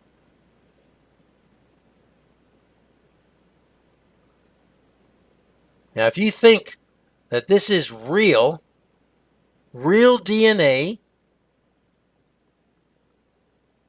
then you've got a problem, because that is total CGI. There are no pictures of DNA. Real photos. There are none. This is a lie. This is a hoax. And this is the insanity that we're being asked to believe from science authorities. It is clear that it is all CGI and that it is fake. It is difficult for me to even comprehend this kind of claim from a higher education authority, especially when no one has ever seen the DNA double helix form. Jesuit education has come to a dead end, people. It's also clear that people feel they can say almost anything and expect people to believe them. Total lies and deception. Now in slide number 17, we can see a picture of what are called DNA mini circles. Is this the same thing that was in dancing in the previous video? I believe so. Now, fake is written all over this compilation of pictures. An article titled Highest Resolution Images of DNA Ever Reveal How It Dances, from the iflsciences.com website posted. Yes, it's the same thing, see? And this is what it says here. And I quote in this article, "Our understanding of the behavior and structure of DNA has just taken a massive leap forwards. thanks to new high-resolution images that reveal how the molecule writhes, wriggles, and squirms in order to squeeze itself into cell nuclei. Appearing in the journal Nature Communications, the incredible new images allowed researchers to observe individual atoms within a DNA molecule, tracking their movement as they perform their contortionist dance. Most people are familiar with the iconic double helix structure of DNA, yet this neat static image doesn't accurately reflect the complex shapes that the molecule adopts in real life. In order to cram itself into the nucleus of a cell, our genetic material must twist and coil around itself, a process known as supercoiling. Doing so allows for a staggering 2 meters or 6.6 feet of DNA to pack itself into every cell in the human body. The new images reveal that DNA is much more dynamic than previously thought and is constantly dancing in order to form an ever-changing array of diverse shapes. According to the study authors, the more unusual shapes a molecule adopts, the more opportunities it has to bind with other substrates, thereby increasing its capacity to carry out its various functions. To produce the images, the team used a combination of atomic force microscopy and molecular dynamics simulations. While previous microscopic techniques have only managed to generate static images of DNA, this new approach allowed the researchers to create dynamic sequences that reveal the molecule's twisting motions. For this study, the authors looked specifically at DNA mini-circles, which are joined at the ends in order to form a loop. The samples they observed were engineered and isolated from bacteria, but have previously been found to occur naturally in cells. Unquote. Boy, oh boy, oh boy. The science establishment is using the same tricks as they do with viruses and the fake CG images of variants to keep the story constantly in front of people's eyes and to keep the false virus narrative alive. We have never seen a real photo of a virus because there are none, just as there are none of the DNA double helix. This is all smoke and mirrors. This is all DNA theater. DNA drama. It's all false, people.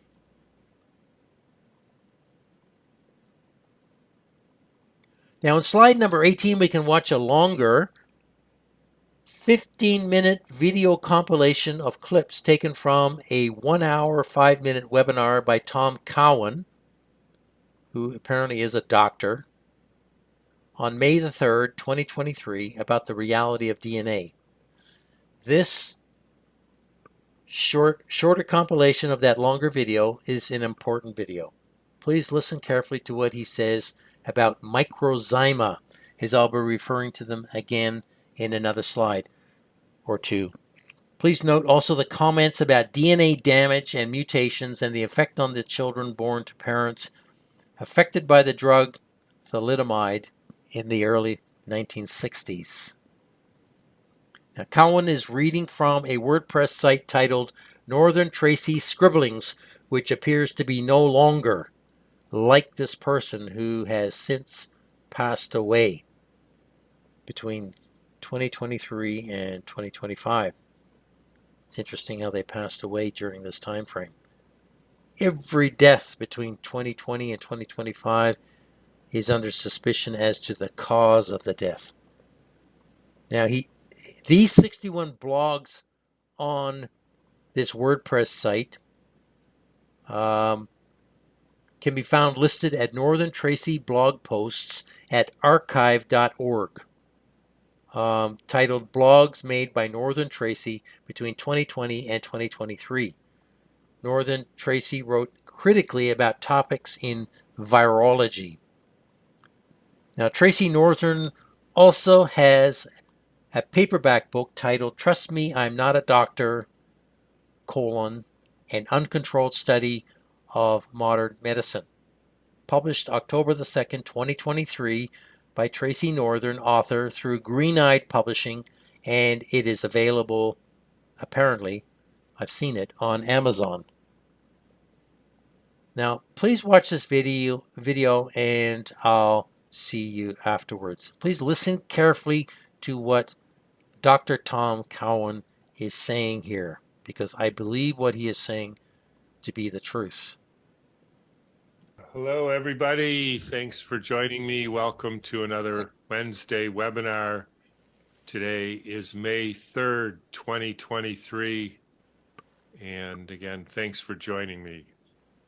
And now let's move on to the question of, is DNA what we think it is? And I've been over this a little bit, but today I'm going to do something that's a little bit different, and it may work and it may not work.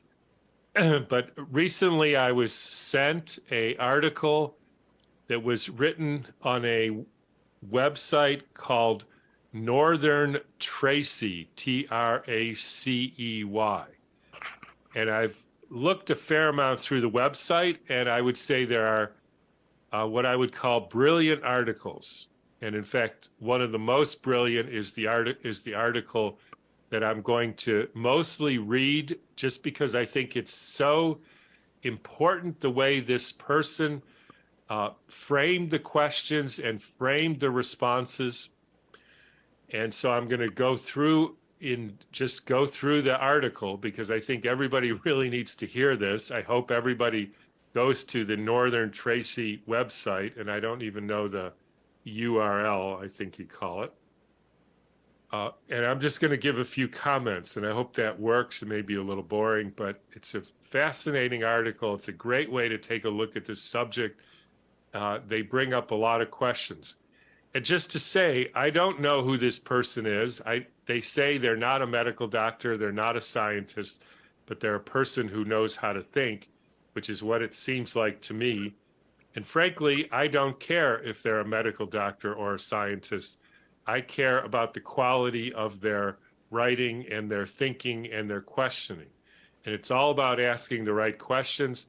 And as you'll hopefully see, this was a brilliant description of how to ask the right questions and how to think about this subject. So again, I hope everybody checks it out, and I'm going to just go through this and see what we can find out.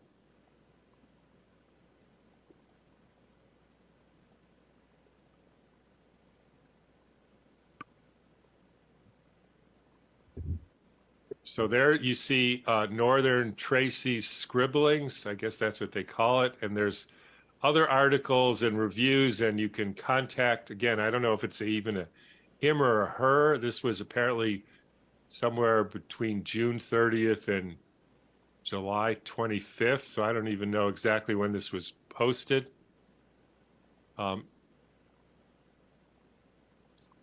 But let's just read it as we go and see what we can find out. None of it can be believed, because the fantastical story they have concocted goes against everything we see in nature, which is always simple and perfectly sensible. Hillman tried to stop this nonsensical storyline in the 70s, providing evidence that our model of the cell was completely incorrect, and used an old proverb as the intro in his book.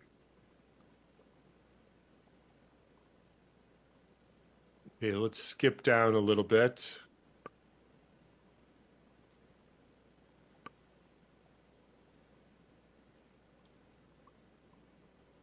Okay. In science labs working on genetics, the only biological ingredients they're using are bacteria and fungi. Remember, fungi and yeast are just another form of bacteria in the pleomorphic stage. They make genetics look very high-tech of snipping and editing, but remember, bacteria recycle cell debris. They also produce enzymes, which are a type of protein, which cause the different amino acids which make up the proteins to break apart, just like they do in the digestive tract. From all this, we can deduce that RNA is as inanimate as DNA, because it's just a string of acids. It doesn't do anything. The bacteria are doing all the work, in the labs and in the cells. That's the most important part. They're just, I can't emphasize this enough, they're just harnessing the power of bacteria to make products and break apart cell debris and to trying to get them to make as specific products as they can. Other things I saw mentioned a lot in the gene lab work was something called plasmid. They tell us these are bacterial chromosomes. They use them as vectors to deliver drugs, RNA, into cells. The more I looked into these plasmids, the more convinced I became that they were talking about bacteriophages again. They based the whole of virology on these phages, remember. So plasmids are produced by bacteria and look like their description of a virus, and they contain some genetic material. Bingo. Plasmids are viruses, are bacteriophages, and let's go one step further, because in the pleomorphic graph, which is the start and the end of bacterial morphology, the somatid, also called a microzyma by Beauchamp, it is immortal and contains all the information to start the whole process of life. I've hinted at what I think this RNA could be, but already somebody sent me a book and I translated this. It's very interesting. Bacteria are remarkable machine tools intended to dismantle old and sick cells, cancers, or scaffolds used to repair certain tissue injuries. In this sense, it is fundamental to understand that we do not get germs from the outside. There is no biological warfare, says Beauchamp. In an alkaline environment, microsomes assemble and manufacture bacteria.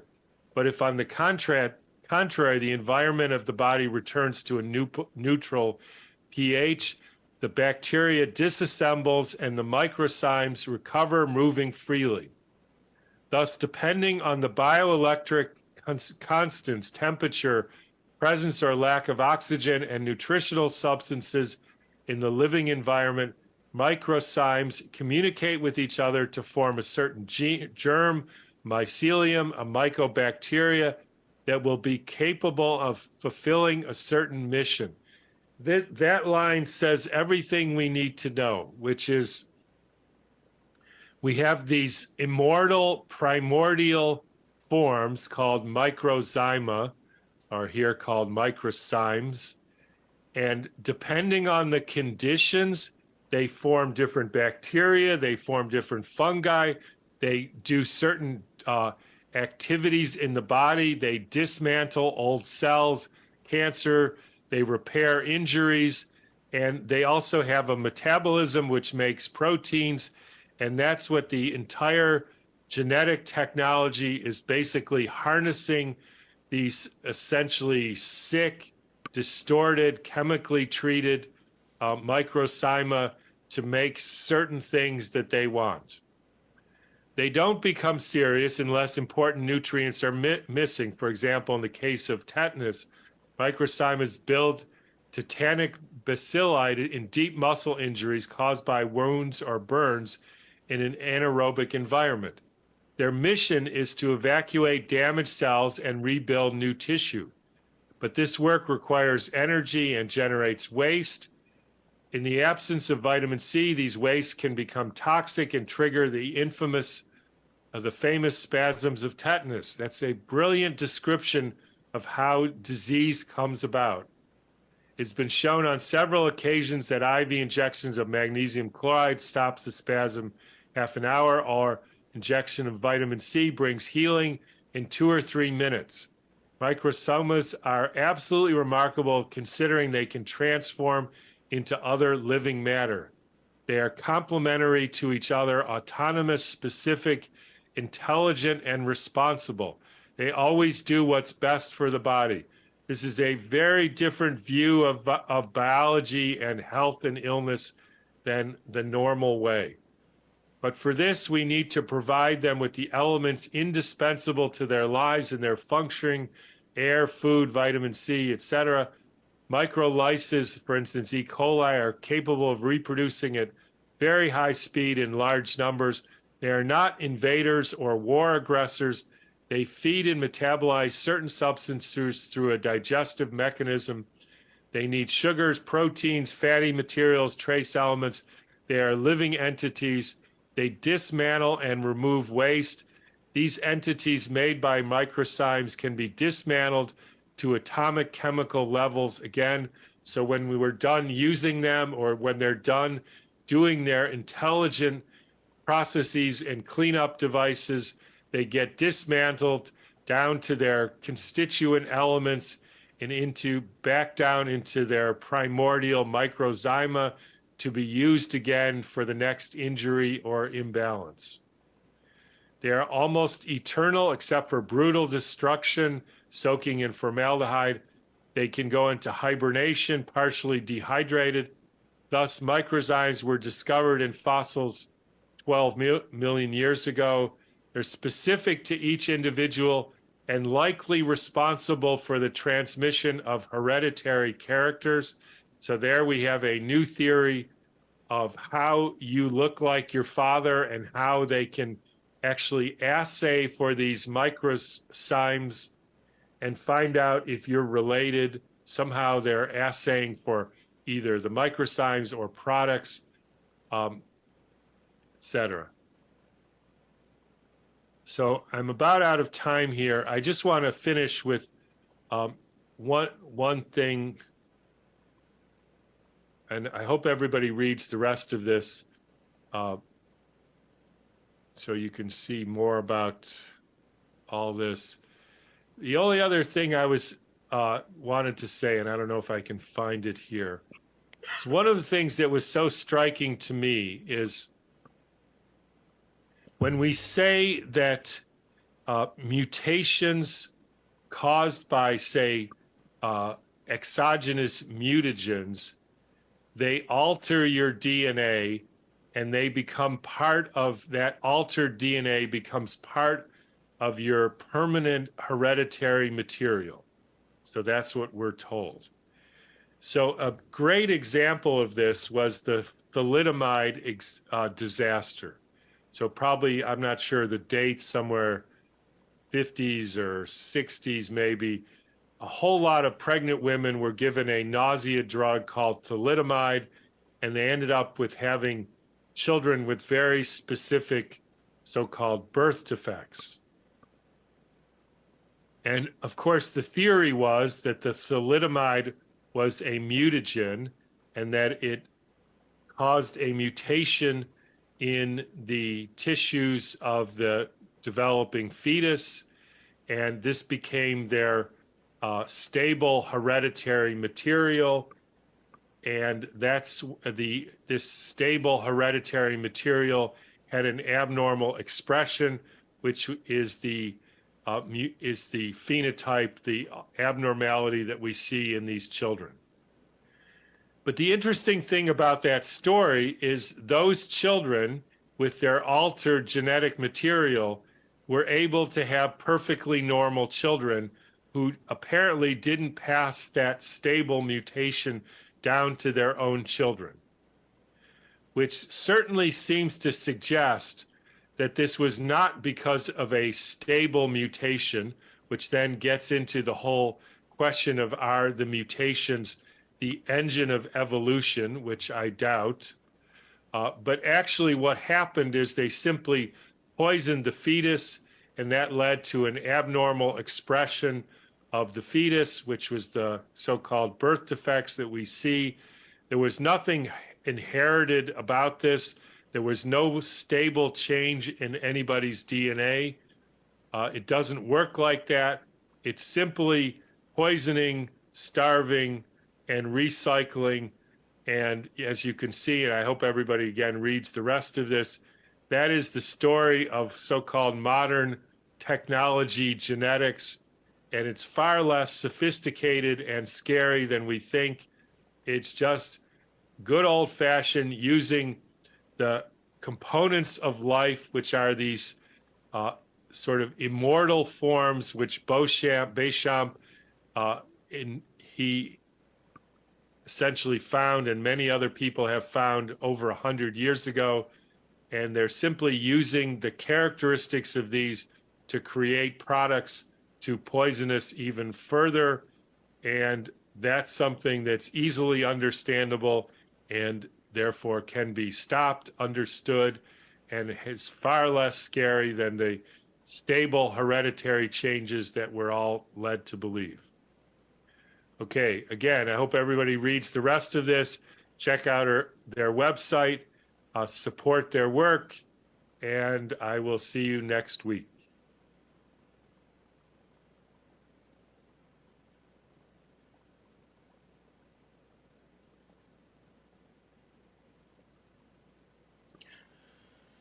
Okay, so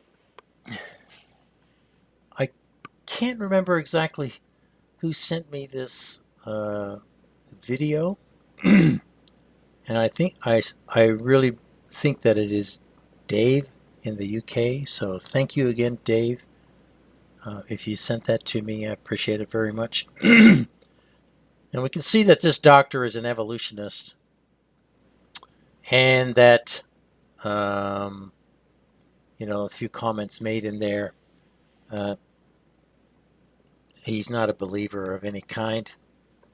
So basically, he's coming at this very objectively, very critically, and these ideas, I believe, hold a lot of truth. The final section of the video and what Tom Cowan has to say reveals that the Jesuit scientists are actually using Antoine Béchamp's terrain theory covertly. They're using Antoine Béchamp's terrain theory secretly, while openly advocating and promoting Louis Pasteur's germ or contagion theory. That's really, really what appears to be going on here. Microzyma and bacteria appear to be the core of their research for what they claim to be mRNA technology. Once again, we have satanic inversion of the truth. And this tells us that the Jesuits use anything that they can weaponize, and that will get them to their end goal of world domination of every living soul as quickly as possible. Now, Béchamp's microzyma, working in a favorable and balanced environment in the body, are the key to healthy bodies. That's the big takeaway from this different understanding than the one that we've been given all our lives about DNA.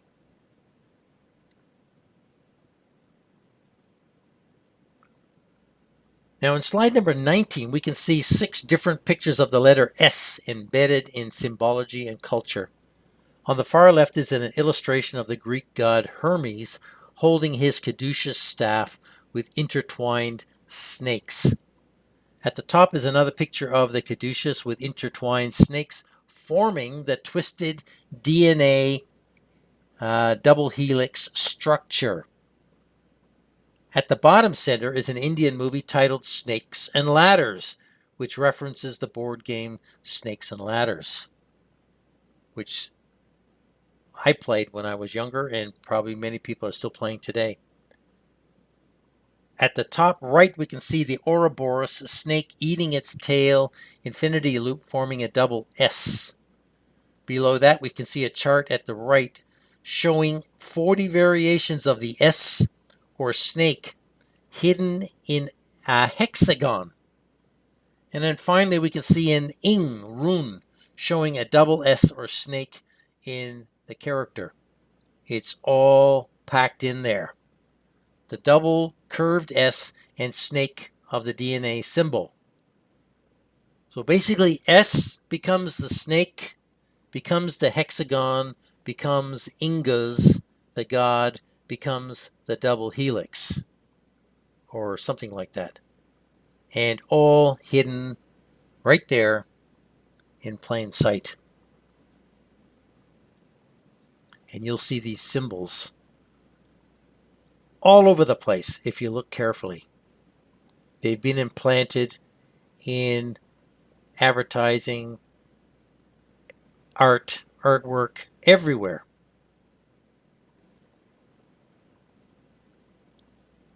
In slide number 20, we can see a picture on the left showing a microscope photo of chromosomes clustered in the nucleus of a cell. On the right is a diagram of the DNA that is supposedly hidden inside a chromosome. Chromosomes we can see and have actual photos of. DNA we have never seen and have no real photo of. Just theoretical diagrams as shown above in the slide. It is very important to point out the real juxtaposed next to the theoretical so we can distinguish the truth.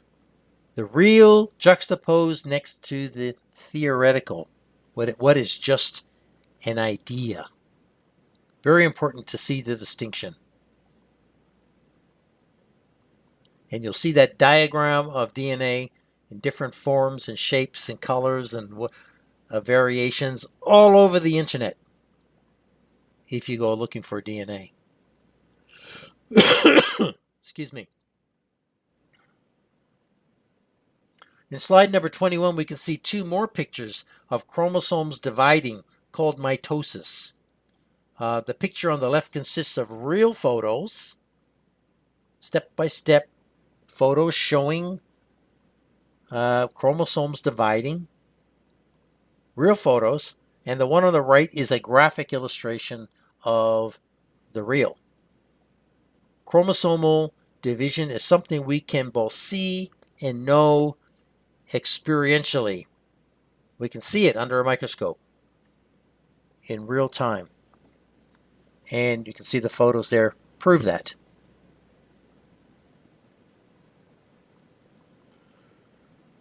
In slide number 22, we can see another photo of chromosomes in a cell nucleus. We can also always see chromosomes, but we have never seen DNA. Now, reading in the slide, chromosomes are thread-like structures located inside the nucleus of a cell's DNA that contain genes, which are the units of heredity. That appears to be upside down. The DNA is supposed to be inside the chromosome. So in humans, each cell typically has 46 chromosomes arranged in 23 pairs. The sex chromosomes X and Y determine a person's sex, with females having 2 X chromosomes and males having 1 X and 1 Y. Now, the term chromosome originates from the ancient Greek words chroma, which means color, and soma, which means body. So this name was given to these structures because they readily absorbed colored dyes appearing as distinct colored bodies under a microscope. The term chromosome was coined by Heinrich Wilhelm Waldeyer in 1888. You see that's all happening at the end of the 19th century. All these discoveries are being made, excuse me, in the sort of latter half for to a greater degree in the latter half of the 19th century. Excuse me. So in slide number 23, we can see a diagram of what a gene is supposed to be. There are no photos. I checked. No one has ever seen a gene. This drawing is what we're supposed to believe is real. The cell we can see, the chromosome we can see, but the gene we have never seen. Now this puts genes into the realm of theory also because we can't observe them, not with the eye or a microscope. Now, reading in the slide, a gene is the basic physical and functional unit of heredity, we are told. Genes are made up of DNA, we are told. Some genes act as instructions to make molecules called proteins, which are needed for the body to function. However, many genes do not code for proteins. Instead, they help control other genes. So we are told. In 1911, from German Gen, coined in 1905 by Danish scientist Wilhelm Ludwig Johansen, from Greek genea, meaning generation or race, from the Pi root gene, to give birth or to beget. This is what gene means in its original form. So what the term gene has been given to something that we cannot see or observe, and you can see in the diagram there, it's just a drawing of a cell, the chromosomes in the cell. Once again, we can see the cell, we can see chromosomes, but then suddenly we've got DNA and genes, which no one has ever seen. And it's this kind of diagram that has fooled, deceived generations. Now in slide number 24, we can see a picture showing the chemical process called electrophoresis. This technique enables the identification of the protein elements in body matter. Since what they called RNA or DNA is simply a unique collection of amino acids, enzymes, or proteins particular to an individual, the test can be used for the purposes of matching original tissue samples and identifying who a person was or is. Excuse me. Now this is what they call a DNA test. And reading in the slide, it says electrophoresis is the basis for analytical techniques used in biochemistry and molecular biology to separate particles, molecules, or ions by size, charge, or binding affinity, either freely or through a supportive medium using a one-directional flow of electrical charge. It is used extensively in RNA, DNA, and protein analysis. More like proteins, not DNA, RNA. These are proteins. The different size and color of all the illuminated elements in the scan are what everyone today calls DNA. Is DNA testing valid? Yes. Yes, it is. But this identification of molecules is inappropriately called DNA testing, giving it more weight than it deserves. So it's important to understand that DNA testing is not doing what they tell us it is doing. It is something different. Yes, they can identify tissue matter, but how they're doing it, I believe it's based on identifying particular groups of proteins.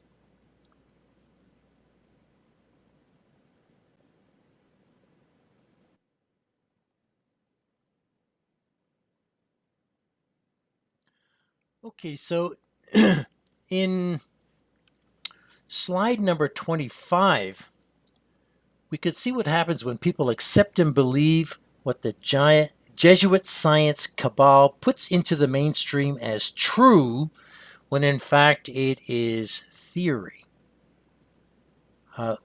Looking in the slide, we can see that science, fraud, and deception distorts Bible truth. DNA doesn't prove God exists if DNA doesn't exist as we know it.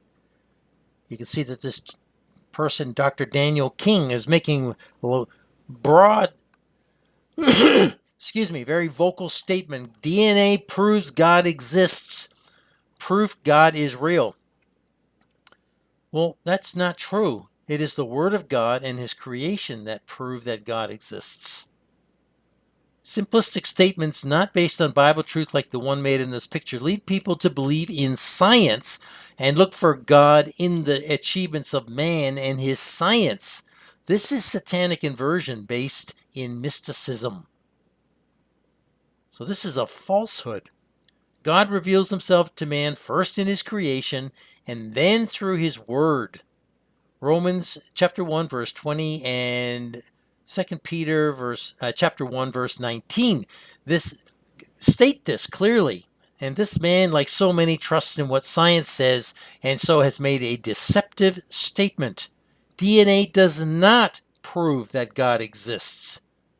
This man did not do his research and now is leading many people into the science deception.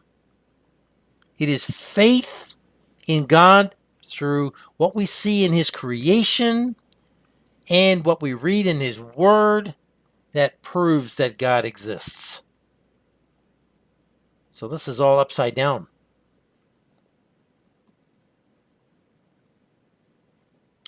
In slide number 26, we can see a picture of an Ouroboros, or snake eating its tail. That is essentially what happens when we assume things to be true or false with evidence or proof. Assumptions are very dangerous and lead to deception. We are never to assume anything. I produced a video message warning about assumptions and expectations in video number 322, titled Some Advice, which was posted about 1 year ago. If you haven't watched that, then I urge you to do so. Assuming things in science is a total abrogation of the empirical method of proving something to be true by repeat, experiment, and observation. Both viruses and DNA, as they are presented to us, are assumptions and unproven, so they are science fiction. They are theory only. Now, in the slide, you can see that many of the main premises or theories of modern science are science fiction based on assumptions. Instead of staying with empirical evidence produced by repeat experiments and observations, scientists have forged off into theoretical or mystical la-la land. Science fact has become science fiction, and science fiction has been turned into science fact, leading to error and ultimately disaster. Modern science ignores the natural order in favor of mysticism. It's all because these scientists are all Freemasons. Now, the story created about DNA is intended to validate the glories of human discovery and the cleverness of man. DNA is worshipped as the source of life and not God. God is not worshipped, but DNA is worshipped.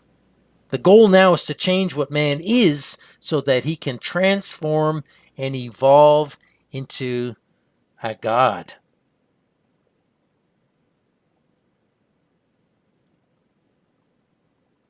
In slide number 27, we can see a picture of a small section from the Human Genome Project, which is a collection of 19 to 20,000 proteins. This idea of genome keeps the idea alive that every living thing has DNA, including viruses. So this is why they can create a diagram of hundreds of fictitious viruses, with new ones being added almost daily. It is DNA that we are told identifies each of these viruses. Without DNA, the virus fiction would have no legs to stand on. Zero scientific credibility. And reading in the slide, we can see that in June 2000, scientists announced the first draft of the human genome sequence had been completed. Generating the sequence was a technical feat, one that allowed scientists to begin reading humanity's genetic blueprint. But apparently it was still missing about 8% of the genome. Now, in 2021, an international consortium of about 100 scientists, dubbed the Telomere to Telomere, or T2T consortium, say they finally assembled the human genome in its entirety. Are these genes or just a collection of proteins? What is it? What is this picture that we are looking at? What is it? Everything has been given an alphabetical character. But what are these? Where do they come from? How did they do this? These are big questions, see? And, of course, the explanation they're going to give us is going to be some story.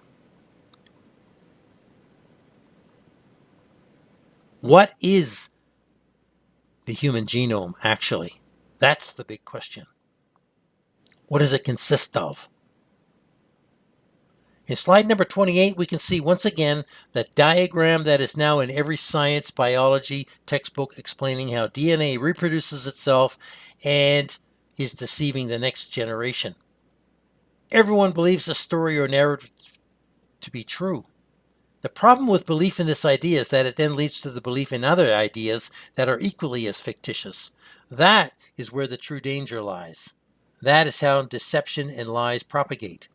The idea of DNA as a factory manufacturing more DNA is a false end-time doctrine, one of many that both Jesus and Paul warned us about. If we believe this story, then it is also easy to believe that the science high priests can manipulate and change what we are, but can they do this? That is the big question. Nevertheless, if people believe in this, they can believe in injections, and that injections are the answer. Personally, I think they can manipulate. Let's see if we believe this story. Yeah, personally, I think they can manipulate and change what we are, but not according to what we have been told. It appears that the process of heredity can be altered in cells by the chemical agents produced by toxic microzyma. It is chemical poisoning that alters our genetic makeup and not the manipulation of programmed mRNA on DNA. If you are going to, you're going to have to make up your own mind about this, because there's no conclusive proof about this. Excuse me. We are simply exploring the alternative to what has been given to us and rammed down our throats. But each one of us is going to have to make up our own mind about this. Does this change how we look at the new tests and injections? No. It just alters the process of how they are doing what they say they are doing. The new injections are changing who people are from the inside out. There's no doubt about that. All the shots from 2020 onward contain the toxic chemicals that pollute the body, causing all manner of illness, and change the nature of new babies born to vaccinated mothers. Yes, this is happening. We have seen the changes in babies since late 2021 in videos posted by mothers online, here and there. What we haven't seen much of are the stillborn and mutant babies born over the last 5 years due to the COVID technologies. Mothers are not sharing this tragic reality with the world, but we know from eyewitness accounts from nurses that this has been and still is happening. As we heard in the Tom Cowan video, it appears as if the scientists have learned how to assay or test the microzymas and then tweak the heredity function inherent in them with chemicals. This is what makes the injections dangerous, not the so-called synthetic programmable mRNA story that we've been told. And this is a different way of seeing how Satan is attempting to change the image of God within our physical heredity mechanism, or heredity transference mechanism, which is not clearly understood by us. And you can see in the slide, the idea in this picture is now accepted as science fact when this process has never ever been seen. This is how ideas are magically conjured into fact by the high priests of the science religion without empirical evidence or proof. This is how science fiction theory becomes science dogma. In slide number 29, we can see that the two symbols representing the coronavirus and DNA are powerful occult spells that have bewitched mankind. Both symbols represent a lie. Both lies have hoodwinked people into compliance to the beast world government and control by them. Now you can see in the slide that these two symbols have deceived the world through science, medicine, and health. The world believes them. They represent how dark the world really has become. And notice the red and the blue. They represent the Masonic blue and red pillars. They also represent left and right. They represent also Gnostic duality of good and evil and the pure and the corrupt. And you'll see this fake coronavirus image and the fake DNA image presented in many photos as either blue or red or both.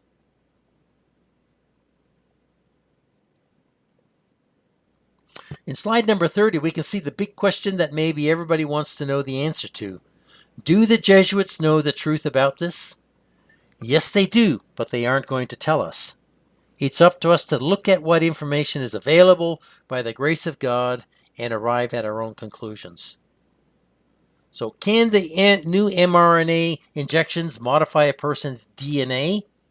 Number one, we were told in 2020 by health experts that pre-programmed synthetic mRNA technology, once injected into people, could enter cells and reprogram the DNA to produce modified DNA that could then perform specific functions on demand to maintain or eliminate a health problem.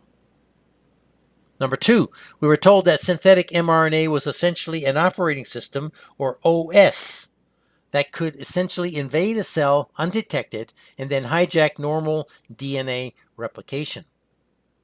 Number three, we are still being told that the COVID injections are a gene modification therapy that turns human cells into drug manufacturing plants.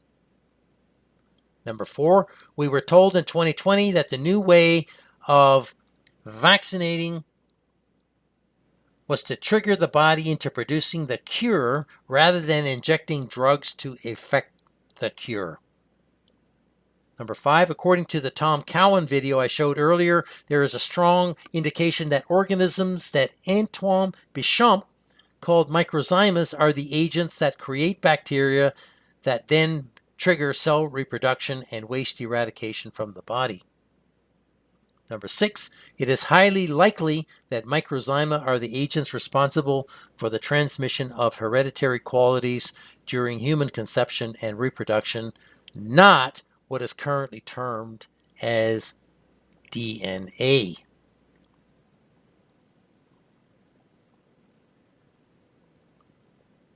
Now finally, in slide number 31, we can come to a few conclusions about the truth of DNA as it has been presented to us by so-called world science authorities. Number one, DNA designating a chemical element, i.e. deoxyribonucleic acid, is true. Number two, DNA as a symbol designating a biological mechanism for heredity is false. It's unproven. Number three, DNA as a theory describing a biological mechanism for heredity is true, but unproven. We just don't have the evidence of it or what it looks like or what it's actually called, but it could be, DNA could be a part of this biological mechanism. Number four, DNA as the biological mechanism for heredity is false, right? The biological mechanism. That's false. That's what we've been told. Number five, DNA is an occult spiritual principle masquerading as science is true. Number six, chromosomes and mitosis can be observed with a light microscope is true. Number seven, genes cannot be observed with a microscope and so are theoretical only. Number eight, RNA cannot be observed with a microscope and so is theoretical only. Number nine, amino acids cannot be observed with a microscope and electrophoresis. That's true. We can't see them. Number 10, enzymes cannot be observed with a microscope and electrophoresis is true. We can see enzymes using electrophoresis and with a high-powered microscope. Now 11, some proteins can be observed with a microscope and electrophoresis. That's true. We can see proteins. Number 10, enzymes cannot be observed with a microscope and electrophoresis. I misread the word. They cannot. That's true. Number 11, some proteins can be observed with a microscope and electrophoresis is true. We can see proteins because they are a larger particle. Number 12, microzyma and bacteria are most likely to be the key agent driving health and heredity transference in cells from what we can see from the information that we have. This cannot be conclusively proven, and you and I, we have to make up our own mind about this. But think about this. Would you prefer to believe in DNA and all the theories about it as truth, or Antoine Béchamp's idea that microzyma transfer heredity and are responsible for all bodily functions? Personally, I prefer the second one over the first, because I know that the world authorities have been lying to us about everything. It's a very simple conclusion.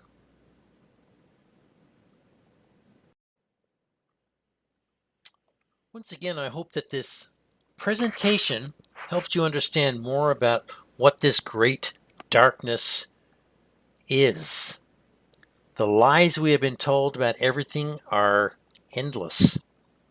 Everything must be re-examined in the light of God's Word and history to check and see if it is so.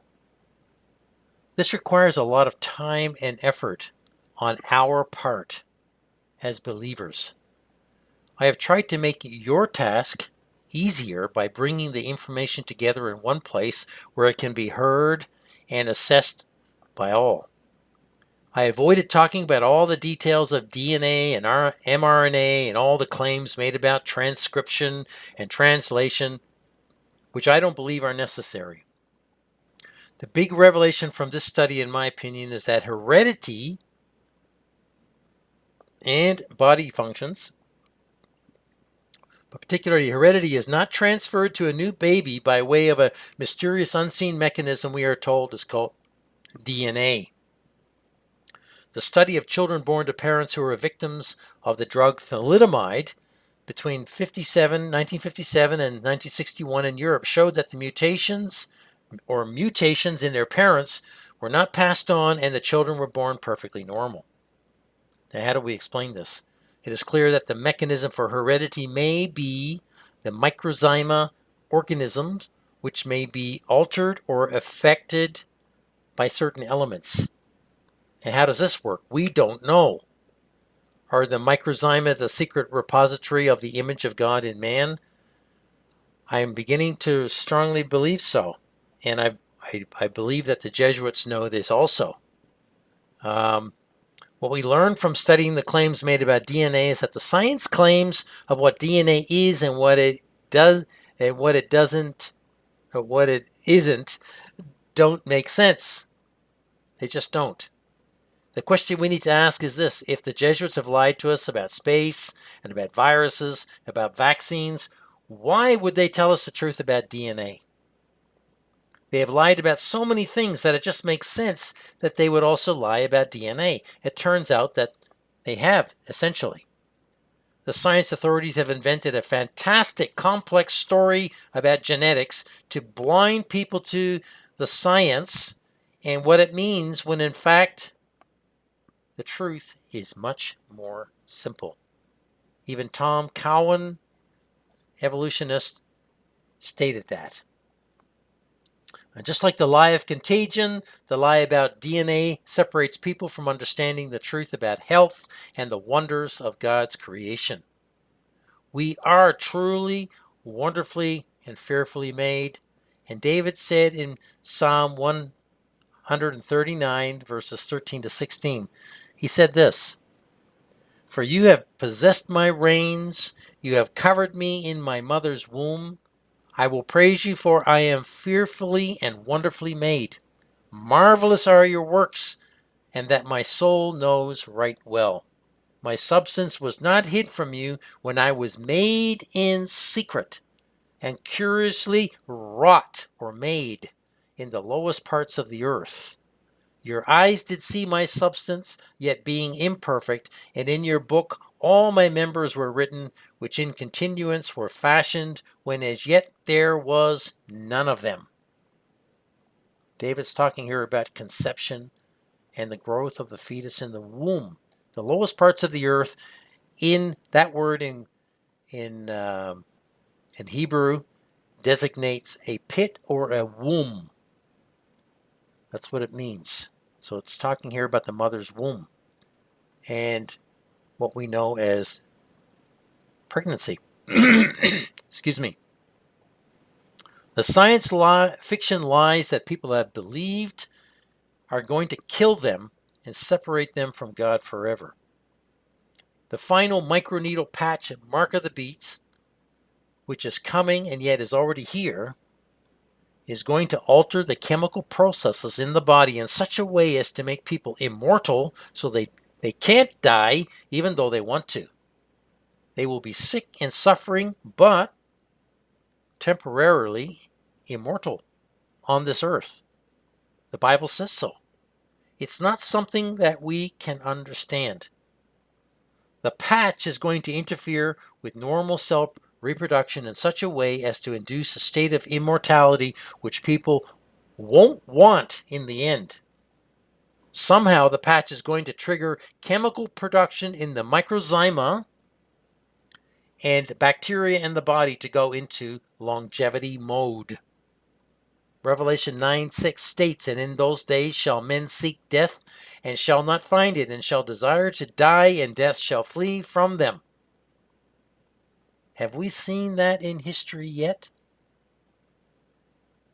Not that I know of, so that means that this event lies directly ahead of us at some point. Now, the ongoing modification of the body with chemicals, which has been occurring at a rapid pace for the last 5 years, is changing the biological makeup of billions of vaxxed bodies and brains. People are changing dramatically with every new injection. We don't know what these new technologies are doing to the microzyma in people's bodies. From what we can learn, it appears as if the microzyma are entities with the potential for eternity, immortality. It appears that the Jesuits know this. Microzyma are the real DNA mechanism in the body, in my personal opinion. Is it these microzyma that gave the people before the flood their ability to live for nearly 1,000 years? Did God gradually switch off their capacity for longevity in the first millennium after the flood? I believe so. Do the mark of the beast injections modify the microzyma so that God's image in man is dethroned and replaced by the image of the beast? Personally, I believe so. We don't understand the mechanism, but I believe so. Now, I know that I haven't covered everything about DNA, but I never promised to. And I hope that what was shared will provoke you to greater study and reflection on God's Word. That is the purpose of these studies. It's not just knowledge for knowledge's sake, for excitement, for stimulation. Knowledge should inspire us and encourage us to walk closer with the Lord Jesus Christ. Just learning for the sake of learning is a waste of time. We learn so that we can walk in a greater state of holiness with God. Now, if you are listening to this message and are not a Christian, not saved, not born again of the water and the Spirit, not tested or injected with the COVID vaccines, then I urge you to repent today and turn back to God. It's not too late to exit from the dark TikTok beast world matrix reality we now live in. Please consider carefully where you are at spiritually right now and do what God is telling you to do. Don't wait. Don't put it off. Don't say, I've got tomorrow, because none of us have tomorrow. None of us have been promised tomorrow. And if there is ongoing sin in your life, then get rid of it. Stop it. You know what you are doing wrong because your heart is telling you this. You don't need me or anybody else to tell you. Your conscience is telling you what is wrong. Stop the sin and get right with God.